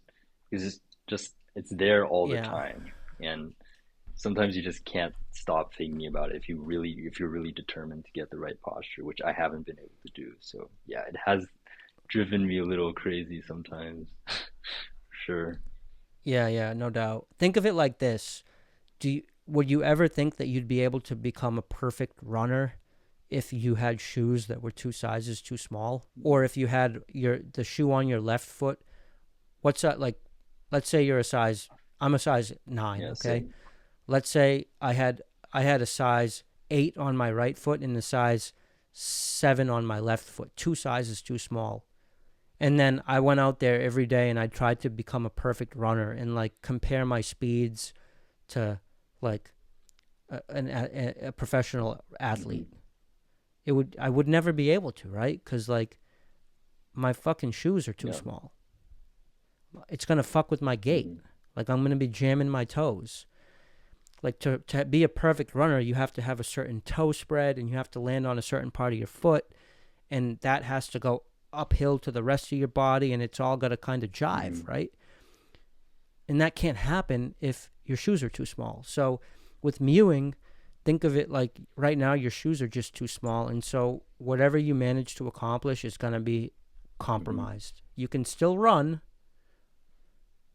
but it's not going to be perfect, and you can't really expect it to be Hmm. until you get shoes that fit. Yeah. Um, one more question actually. What do you think about cranial osteopaths? Because I was considering looking one up and getting one because I want to make sure that like I minimize the asymmetries going into the MSC. Like, do you have any experience with that? I do. I used to see an osteopath, two separate osteopaths back in 2017. I think it's great. I think it's a luxury. It's Mm, expensive. And so if you can afford it, a lot of the people I talk to can't, because it's like, let's just say, $100 to $300 a session, even after mm, insurance. If you can afford it, it's a tremendous luxury. And I would say the same is true of myofunctional therapy. mm, So I would even say if you want to augment your expansion with soft skills, soft therapies like osteopathy and myofunctional therapy, the more the better, especially if budget's not a concern. mm. But yeah, it can only help to have someone manipulating you and making subtle movements of skeletal bones, assisting the appliance using their fingers, because the osteopath will literally like put a glove on and like put their fingers in your mouth and start moving bones in your mouth. Yeah. It's pretty gnarly and it feels amazing. I remember the first time I ever had, this sounds kinky, the first time I ever had a finger in my mouth um, was my male osteopath.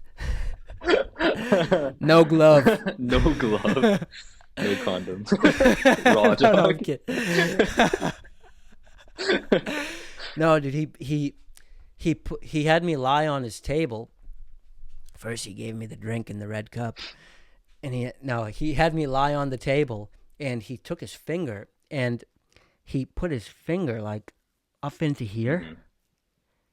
and he started like fucking pressing on it.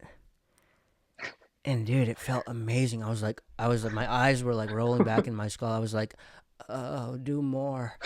And so I don't know what he was doing, but it felt amazing. And it felt Mm, like at the time I actually had this in my mouth. So he was like telling me to get rid of mm, this. He was like, that thing is horrible. Like, it's just fucking up your skull. Like, what are you doing wearing that? And at that time I was like hell bent on this mm. being like the key. So he was shitting on that, but he was manipulating my skull, trying to help that thing. And I did like 4 or 5 sessions, and I loved it every time, but I just couldn't afford to cough up like 150 Yeah. bucks a session. So these kind of techniques are not pseudoscience. Is it? I don't know. Guy, is my channel pseudoscience? No, no, sorry. I just No, so no, I'm like I serious. just searched it up online You're and asking the wrong guy. I'm not a yeah. scientist. Well, they're talking about like feeling the movements of the skull, and I was like, is that even possible? Like, how can you feel such minute, like the natural bend of the skull? I was like, it was kind of a red flag for me, but I don't know. Well, if you have a good experience, then I Look, definitely man. trust you. Look, look. They give them medical degrees. Like, DOs can prescribe Mm, medicine. okay. So, I mean, in a sense, they don't have the same level of respect as MDs.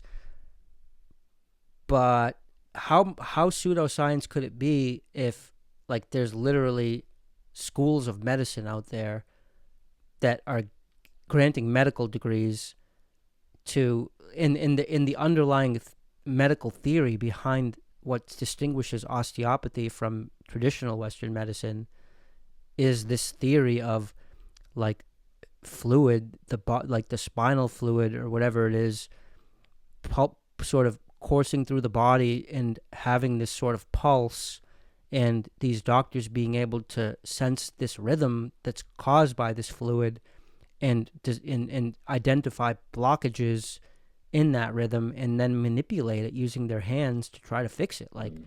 this is it sounds it's like Mormonism, right? Like, it's like you see these amazing people in this Brigham Young University and these prominent people in society, right? And then you realize like the underlying theory behind that is like this guy finds this book in the desert, that wherever it came from, right? From the angel, whatever his name is.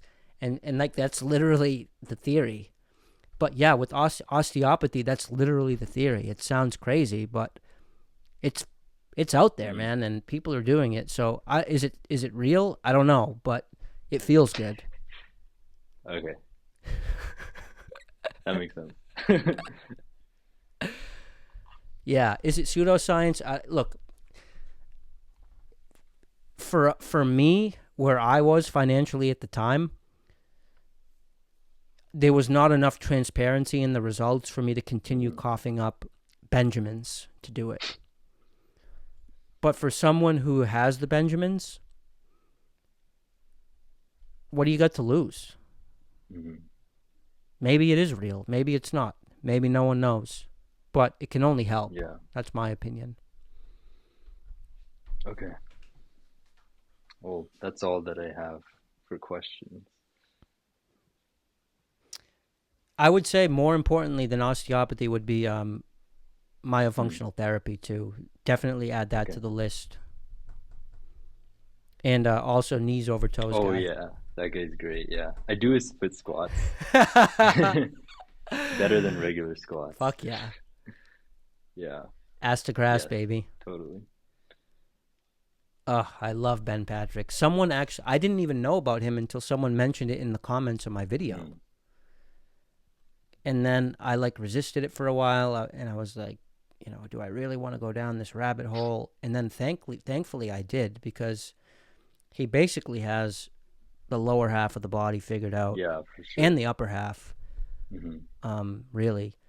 Um, and then his ideas can actually be applied to the whole body. Like this idea that you want to build strength in the maximal range of Yeah. motion, and then whatever you want to strengthen, do it backwards. Hmm. Like that Yeah. idea is it's it's just awesome. I love it. So yeah, him too. Yeah. It's really life changing. Like when you realize that there's nothing, like there's no such thing as bad form if you're doing it like to maximize your range of motion. Like you could even do a deadlift like this, like curving it.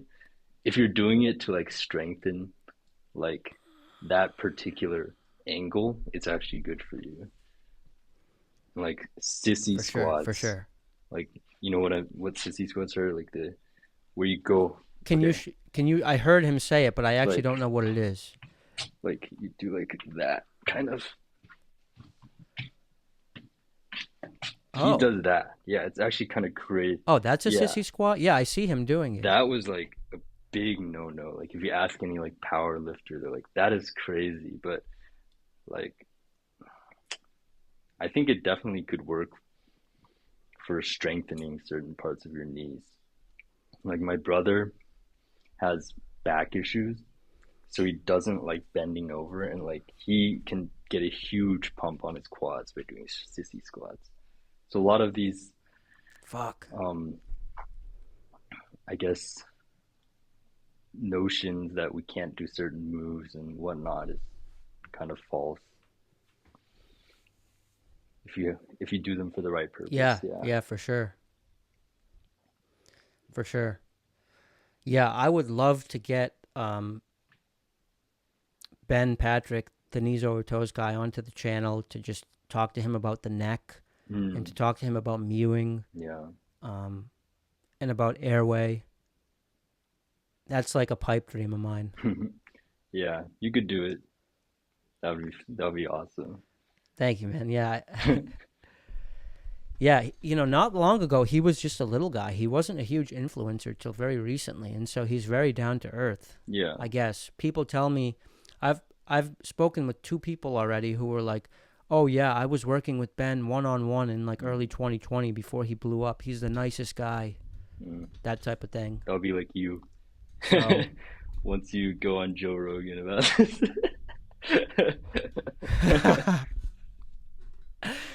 yeah, Joe. Yeah, imagine me on Rogan. Rogan would be like, "So, what are your credentials?" And I'll be like, I do taxes." And he'd be like, "So you're not a doctor?" And I'll be like, "Not a doctor, Joe. Just bro science." Yeah. And he'd be like, "Whoa." Well, Joe Rogan has a PhD in bro science, so that's all good. True, true.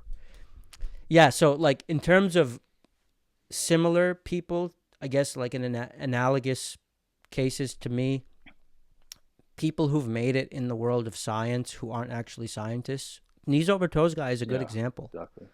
He's not a PT, but people do listen to Hmm. him.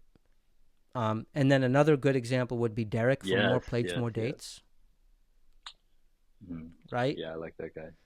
Even Andrew Huberman like respects his Hmm. views, even though Derek isn't credentialed. Yeah.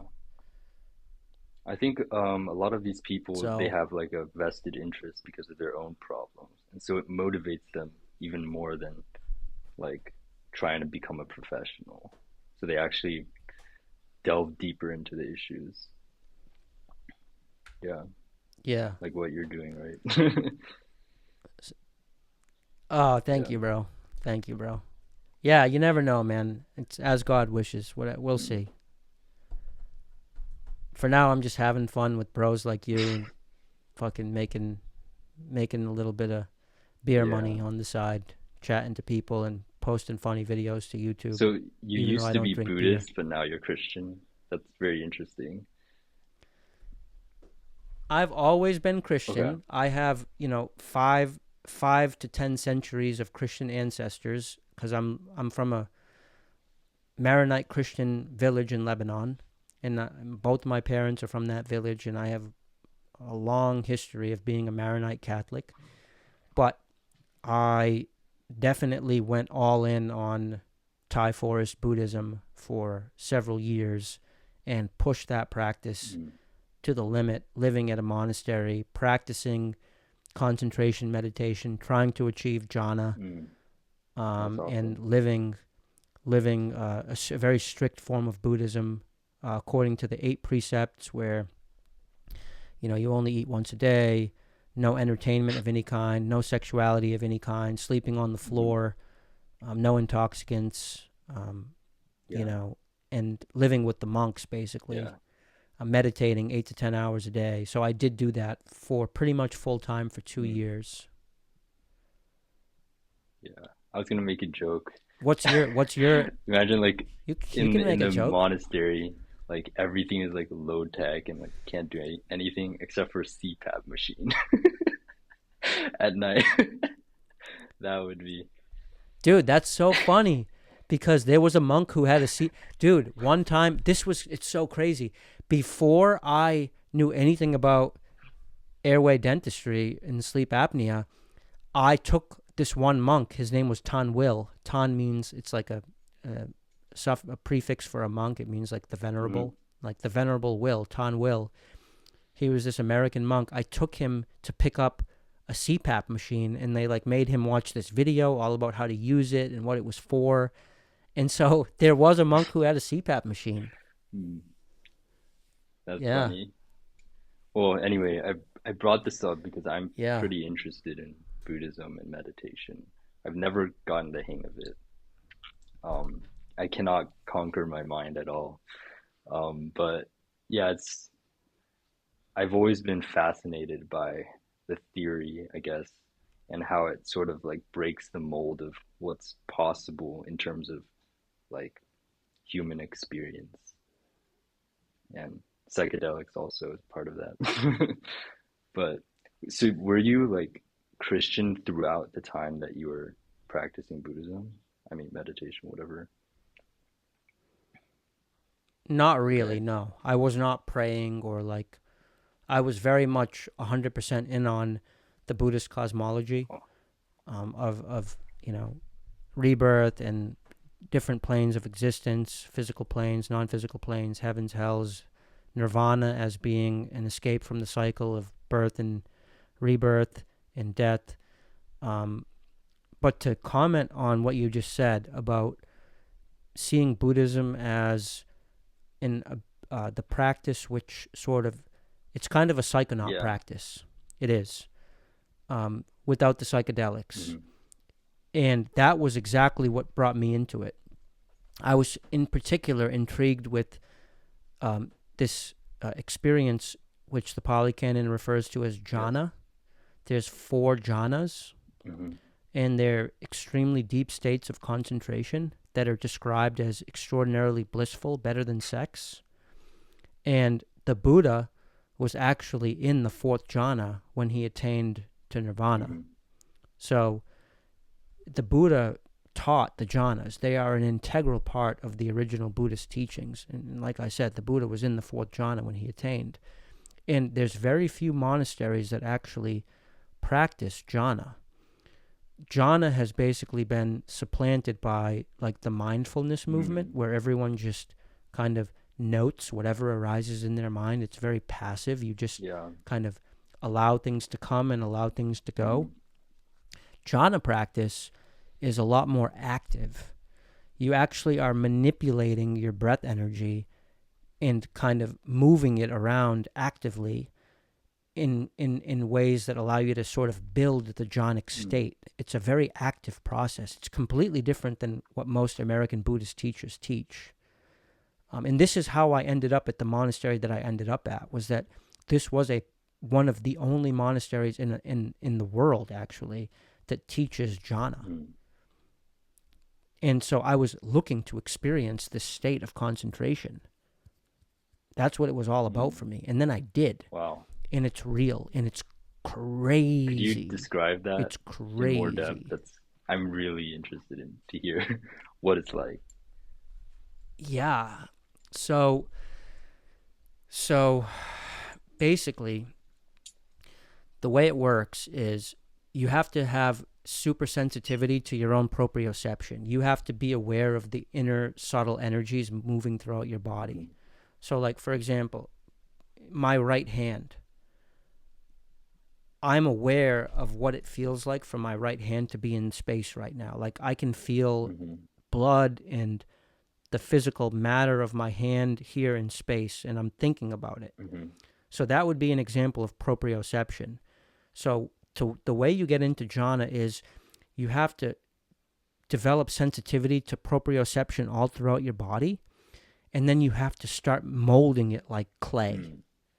And you do that through breath meditation. They call it breath energy because when you breathe in and when you breathe out, you can feel that proprioception activating in different parts of the body very prominently.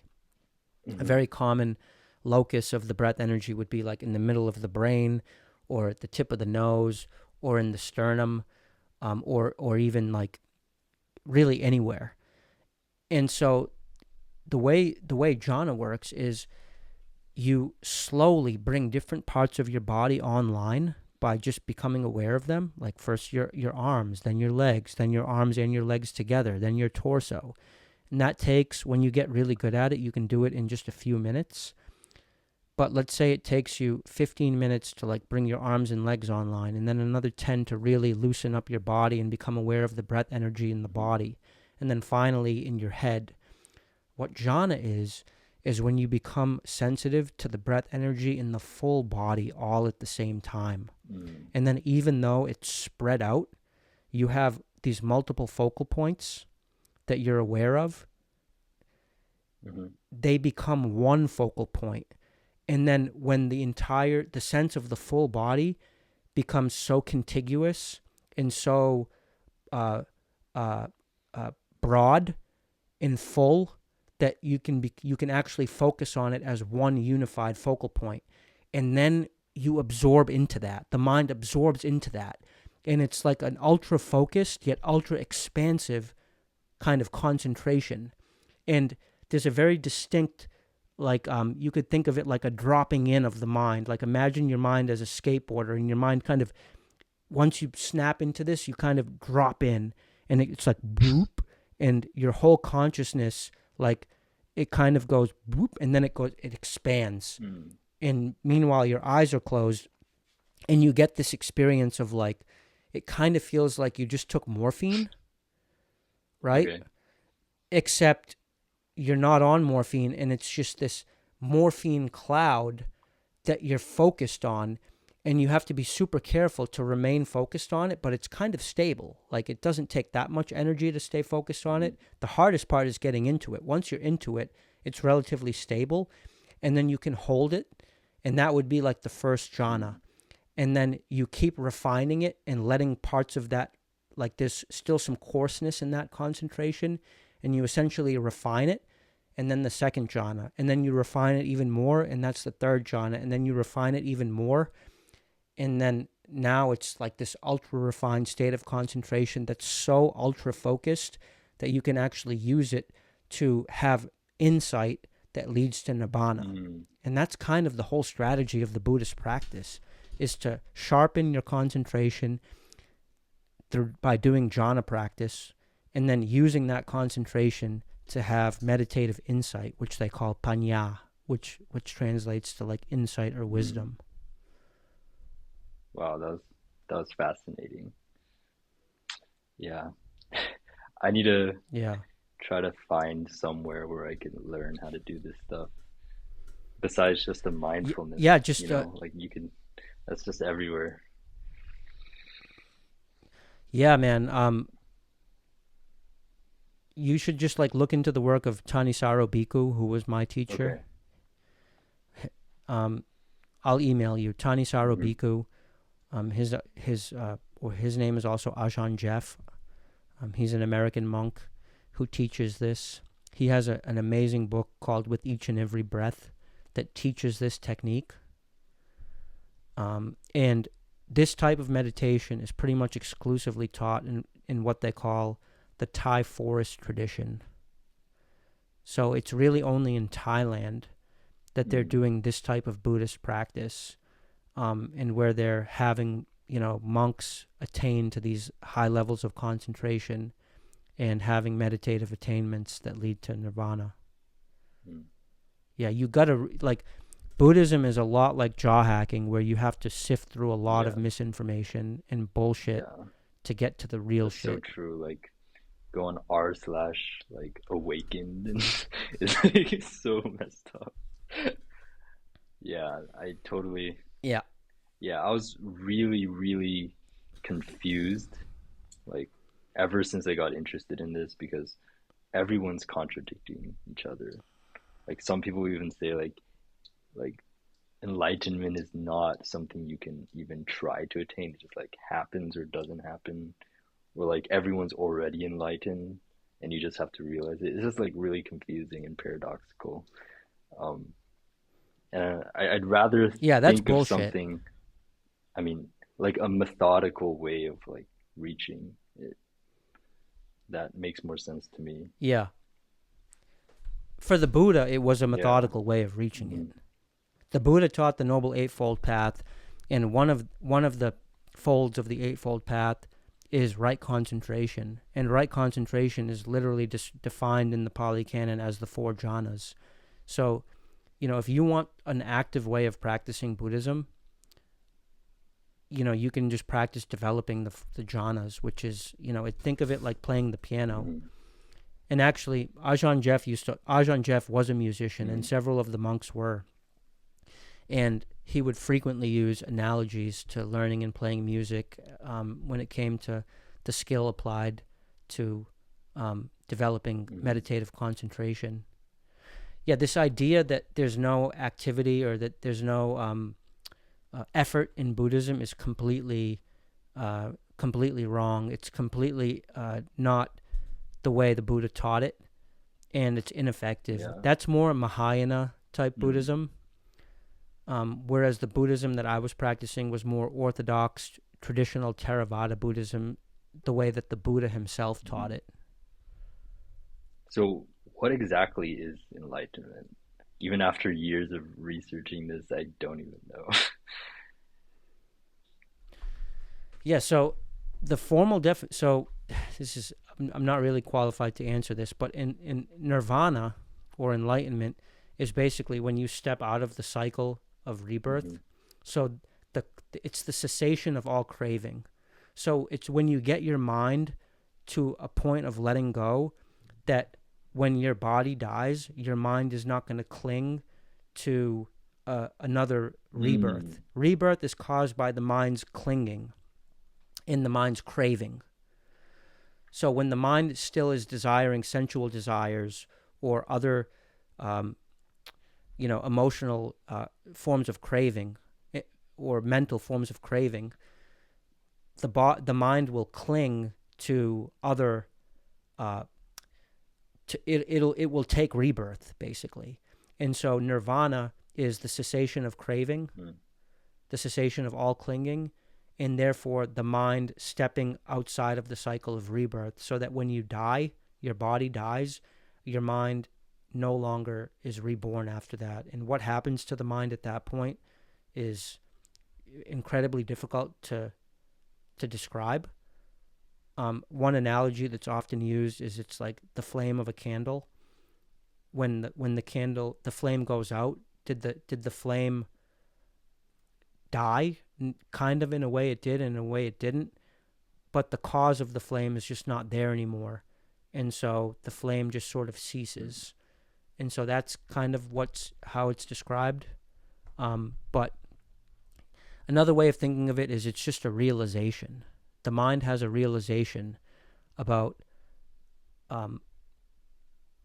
its own nature, essentially, that gets it to drop all forms of craving, thus undoing the causes of rebirth. I see.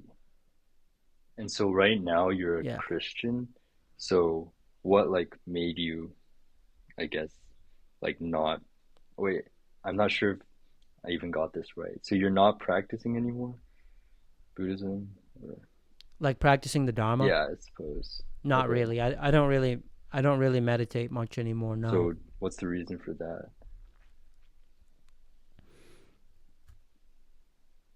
I just don't think I just can't hack it, basically. Buddhism is too hard for me. I see. Okay. So Christianity and Buddhism have a tremendous amount of overlap, although they are definitely mutually exclusive. They do contradict each other in certain ways. So I'm not advocating universalism or anything like that. But for example, the moral practices of Christianity and Buddhism are very similar. True. They both advocate not killing, not taking intoxicants, not having sexual misconduct, not stealing, not lying. They both advocate generosity. They both advocate a kind of restraint, sensory restraint.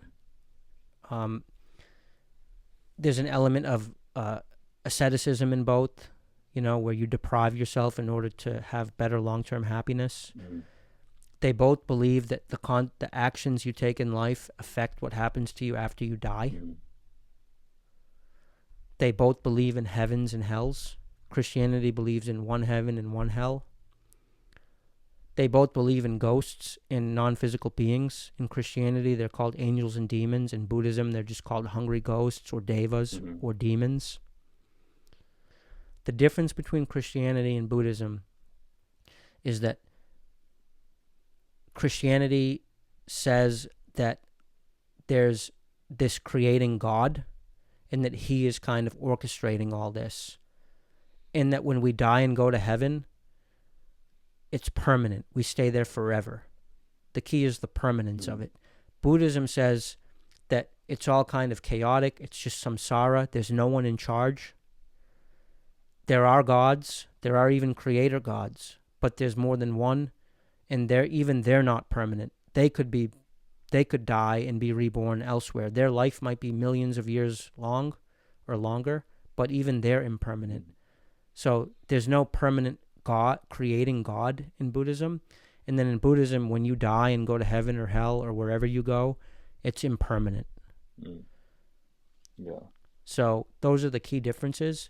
But there's a huge amount of everyday similarity when it comes to like, how am I living my life?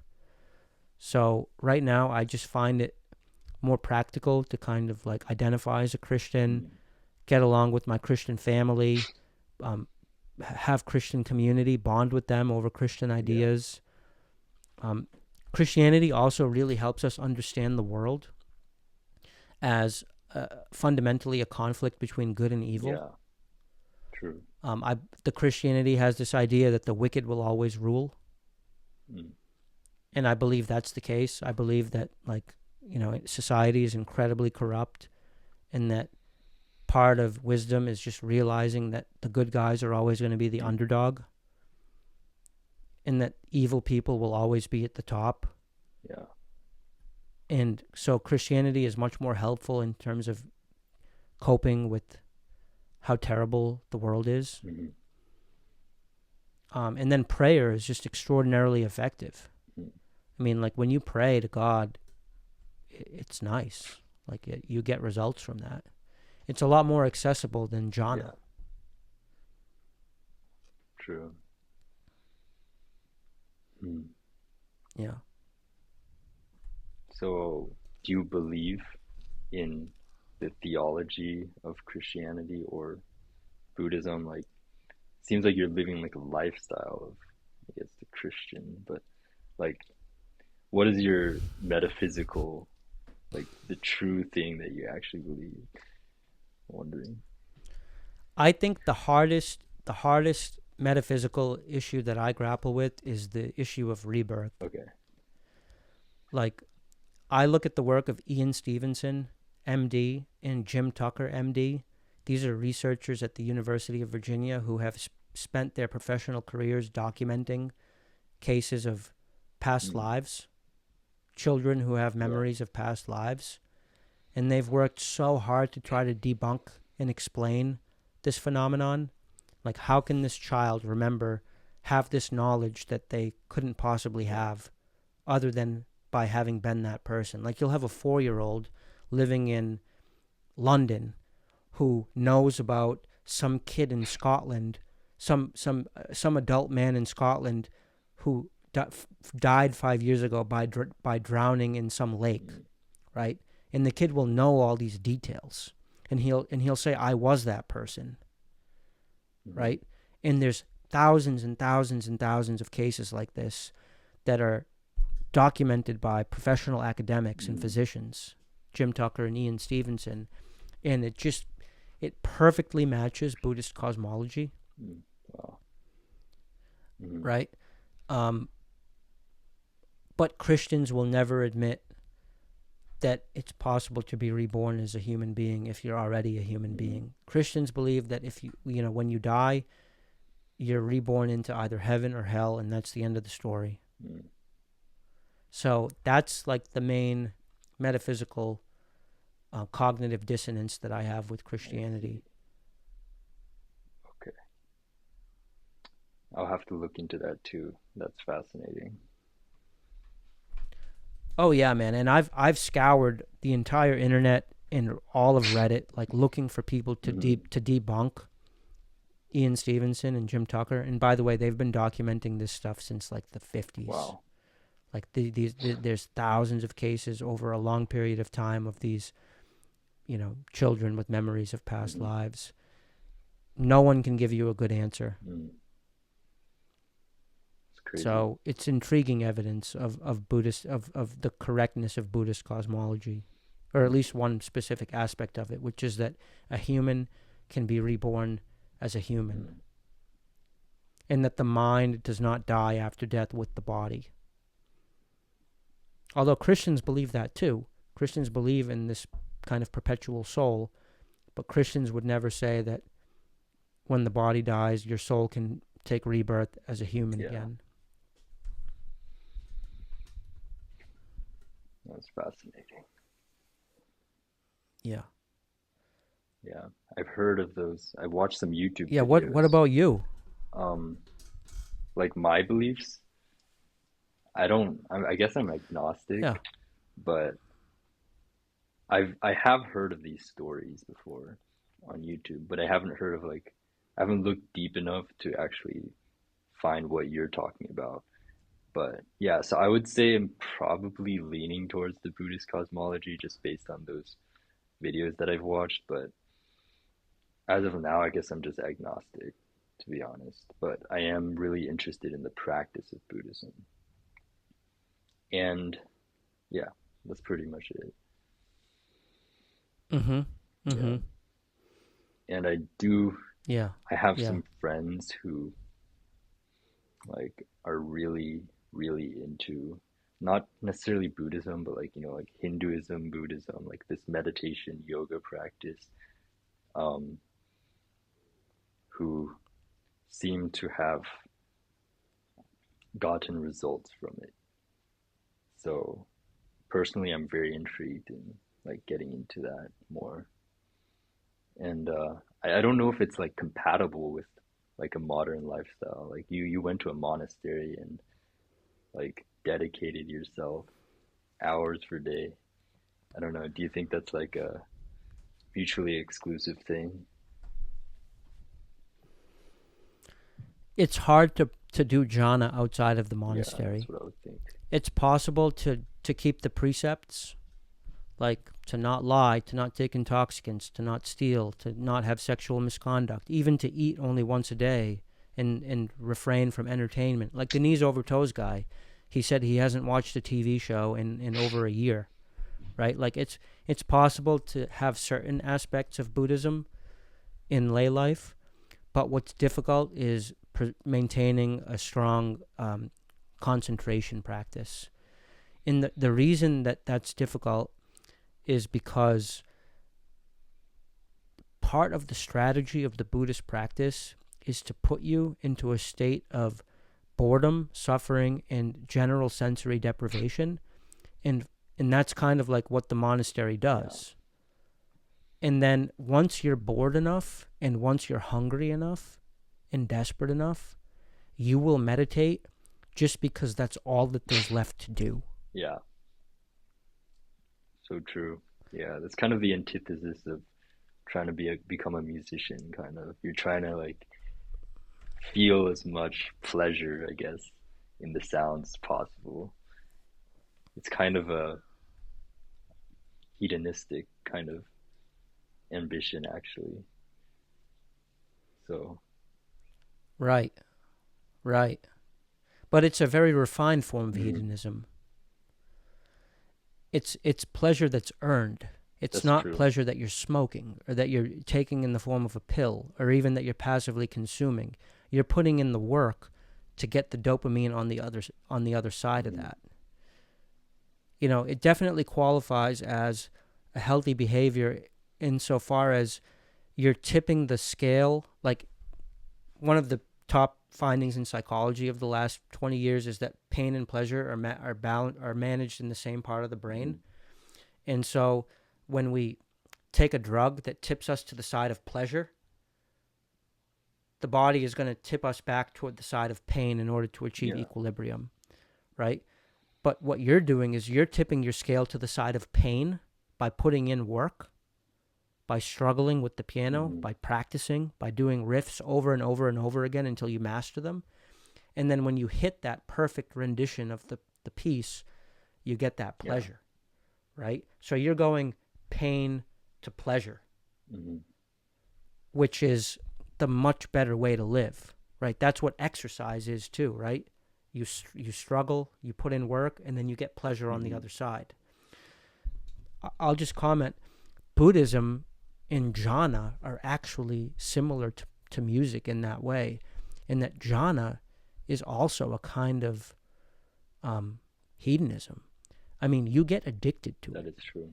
I believe, and I don't think that there's any scientific proof of this, but I believe that the pleasure that you get from jhana is the same dopamine reward system that any drug or any addictive behavior is leveraging, Mhm. that mechanism. It's the same part of the brain where heroin is processed, is where that these meditative states are processed. So you get hooked on it. Like once you feel that pleasure, you want more of it. Mhm. And so the lifestyle literally becomes like you're just constantly trying to break off from the like duties at the monastery and the work periods to just like go and sit in jhana. Was it like a very reliable So in your like thing to achieve? Like, could you sit down and wow. yeah, Mm. yeah, oh, it's super. Once you get good at it, think of it like the piano, man. Like if a beginner were to ask you, hey, is playing that song so perfectly, that advanced composition of music, is that reliable? I mean, it depends, right? Like how much have you practiced? If you've practiced it enough, yeah, it's reliable, right? You just sit, you close your eyes, and then boom, it just happens. Crazy. Yeah. So jhana Yeah. is the same way. When you get really good at it, you just You don't even need to sit. You can just be like standing, and you can just close your eyes, and then you can feel the breath energy converging, and then you just drop in. Yeah.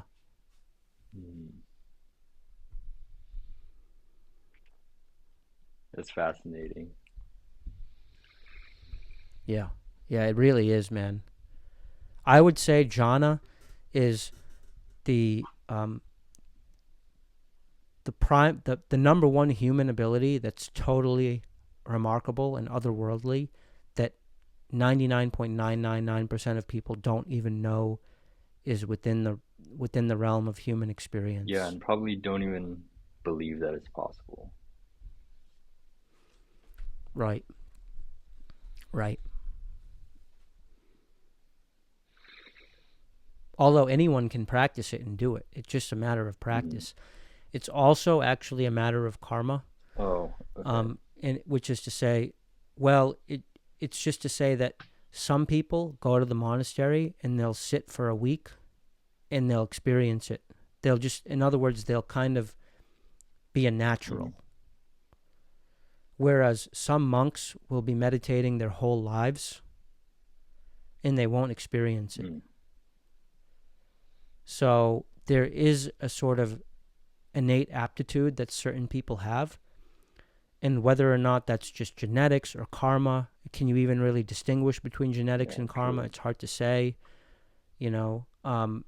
But some people take to it more easily than others. I took to it very easily. And my big problem is that when I meditate, I get really bad fucking headaches. It all comes back to this. Oh yeah. Wow. I know. So, and this is my curse, right? Because like, I'm really good at getting into jhana, at least when I'm in practice. Like right now, I couldn't, but when I was in practice at the monastery, I was good. Like I was hooked. Me and this other British guy who stayed at the monastery, who he was actually a ballet dancer, from England. He was the coolest fucking guy ever. His name was Robert. And me and him would be like the two guys who would like break off and talk about how amazing our jhana was. Like we'd both come up to the afternoon period, like glowing. Like I could just see his eyes were fucking popping out of his head. And we'd look at each other and we'd know that we were both just sitting in jhana for hours. And when I say sitting in jhana, I mean like I wasn't like super deep, but I was like pretty concentrated, pretty consistently for like the whole afternoon. And like you start, like when you do that, you're high, like you're just coursing with dopamine. And so we would like bond over that. But my problem was that I would get these horrible fucking headaches, and so I just couldn't sustain it. And so I ended up leaving the monastery because I was so sick. I was literally like waking up every day and fucking like having these headache episodes, throwing up, couldn't eat. So even besides the fact that you bad. said that Buddhism was too hard, it's also the headaches, right? Well, that's kind of what I mean when I say it's too hard. I thought you meant it was like just too hard to like get to the next level. So for you, it's like a physiological bottleneck. Yeah, I can't handle it. Even now, like with everything. Even now with everything. That's kind of an unfortunate bottleneck, since like it seems like you do have the innate capability to get better, but. There was 4 years of my life where anyone who I talked to, I was like, you know what, guys, I'm going to fucking do this. Like, I'm going to become a monk and I'm going to attain in this lifetime. I'm going to take the practice to the end. I can do it. Like, my concentration is good enough. Yeah. You know, give me fucking 30 years of this. I guarantee you I will do this. I'll have the meditative insights. But then the pain was just too much. Man, I really hope you could solve this. Do you feel like you have the potential or the hope to solve your headaches and get back into that? I got a girlfriend now, man. Gotta choose between enlightenment or a girl.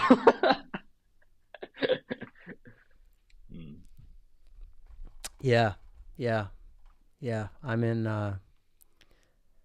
I'm I'm ensnared by the world, Mm, as they say. yeah. I guess maybe enlightenment is also a selfish thing if you have worldly responsibilities, right? Like if you have kids or, girlfriend, can't just go achieve your No, own bliss. no, No? no. That's Good? not true. No, the Buddha left his wife and child to go be a samana, Mm, a wandering ascetic monk. The whole the whole uh, nativity story, the origin story of Buddhism is literally the Buddha walking out on his worldly duties to go attain to nirvana. There's nothing selfish about it. When you practice as a monk and you train your mind at that level, you're lifting the entire consciousness. You're lifting the entire psychosphere. You're setting an example mm, to other people about how to live a moral, pure life. And that's your contribution. I see. It's true. There's no what's the word?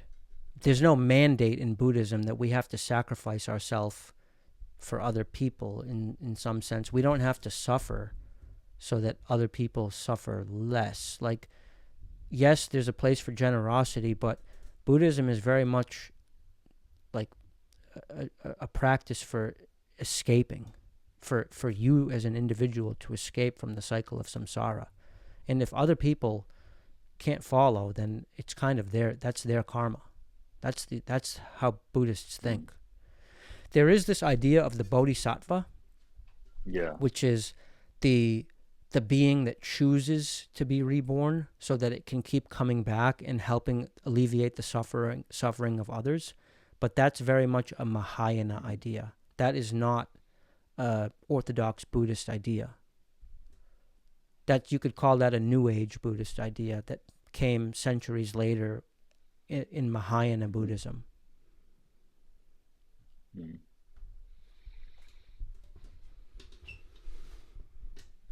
So I guess with your girlfriend, um, you're just too attached to the world now to leave it. Like not it's not Yeah, a pretty much. not a duty thing. It's your personal choice kind of. Yeah, for me, it's like I struggle with the practice. I kind of let the practice go because it was making me physically sick to the point where I was having such aversion to the pain of being sick Mm, that I essentially let go of the allure of the practice and the promise of attainment mm, because the pain was just too much. And then once I let go of that, I was like, well, I guess I'm not going to be a monk. So I guess I got to feed myself and pay the bills and make my way in the world. And so I'm in the world mm, now. Like I work, I have a job as a tax preparer, I do JawHacks, I have a girlfriend, I have friends, I exercise. I'm in the world now. I'm what they call a householder or a mm, layperson. And I'm pretty comfortably in that position. I've come to terms with the fact that I'm going to be reborn. You know, mm. um, it took me years to get to that point. Um, but I guess I'm kind of okay with it. Yeah. It's scary, but I'm okay with it. And yeah, I'm focused on making merit. There is a whole side of Buddhism where you're just focused on doing good Mm, acts and making merit so that you can take rebirth in the future in a setting where you have a better chance of doing the yeah. practice. Hmm. And you could argue that it's going to be tough to beat my current opportunity because I'm like, I know about the Dharma. I understand the Dharma. I know exactly where to go to practice it. I'm really good at the meditation. My body can mostly do it. So in a way, I'm kind of like, you could say, kind of squandering a golden opportunity. Maybe you could say that, but fuck it. Yeah. Yeah, well, hopefully next life, right?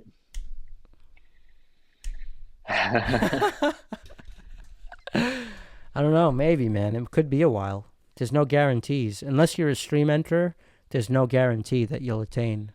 Once you attain stream entry, then it's guaranteed within 7 Oh lifetimes that shit. you'll attain. Okay, this podcast has been pretty long, but another can of worms. Stream entry. I've heard that so many times, and it's like really fascinating. So it's like there's really like a guarantee where you achieve a certain point. Like, Yes, yes. how do you know if you're in stream entry? You You know. know. You Okay. know. I haven't, I'm not a stream enterer, so I don't know. But the idea is, so what the definition of stream entry is, you see nirvana. You experience it briefly. You have a glimpse. Hmm. Because remember, nirvana is a kind of, have you done psychedelics? Yes, but I never really achieved like anything remotely similar to like a meditative state. It was honestly extremely chaotic and traumatic. But For yeah, sure. For sure. Yeah, a lot of times when people do psychedelics, the the essence of their experience is they become acquainted with samsara, or with dukkha, hmm, with with the suffering teaching in Buddhism, right? The first noble truth, the idea that we're going to die. A lot of times people take mushrooms and they become acutely aware of their own impermanence and of the fact that they're going to die, hmm. right? So I kind of Well, understand for what you're me, it saying. wasn't even like a realization. I just felt like completely insane and delirious, and um, I felt like I just had like extreme OCD where I couldn't stop, like I couldn't control my thoughts at all, and it felt like a third person was kind of speaking, and I couldn't. Fuck. I did not feel as if the world was like familiar at all. It felt disassociated, like I was planted into a unknown dream of some other person. It was just very crazy. But the second half of the trip, after crying for 2 hours straight and like in extreme terror, I finally got over it and was like in almost like I was glad to be alive, and for the next like 2 hours I was like laughing straight. um just because I was like, holy shit, I just felt like I committed suicide, but the suicide failed, and now I'm so appreciative of like the life that I have right now. That was my experience. Yeah, you were just glad that, so like you thought that your identity was Yeah, permanently destroyed and that you were essentially going to be, relegated to the insane asylum, but then you were like, "Oh my god, I'm actually going to pull through and like go back to being who I was like before this all yeah, pretty started." much. I've had that same exact Really, experience with mushrooms. that's crazy. I think they call that a bad trip, but every time I've tripped mushrooms, it's been a bad trip where I've had that same exact experience that you're Hmm. talking about, where literally it starts out as blissful and then it quickly turns into a nightmare. And then once I emerge from the nightmare, I'm just so grateful to have kind of regained my Yeah, sanity. exactly. Yeah, I don't advocate psychedelics at all. I think it's pseudo Yeah, spirituality, same. and I think it's pseudo insight. And this whole plant medicine movement, to me, it's the epitome of everything that's wrong with our instant gratification culture. Hmm.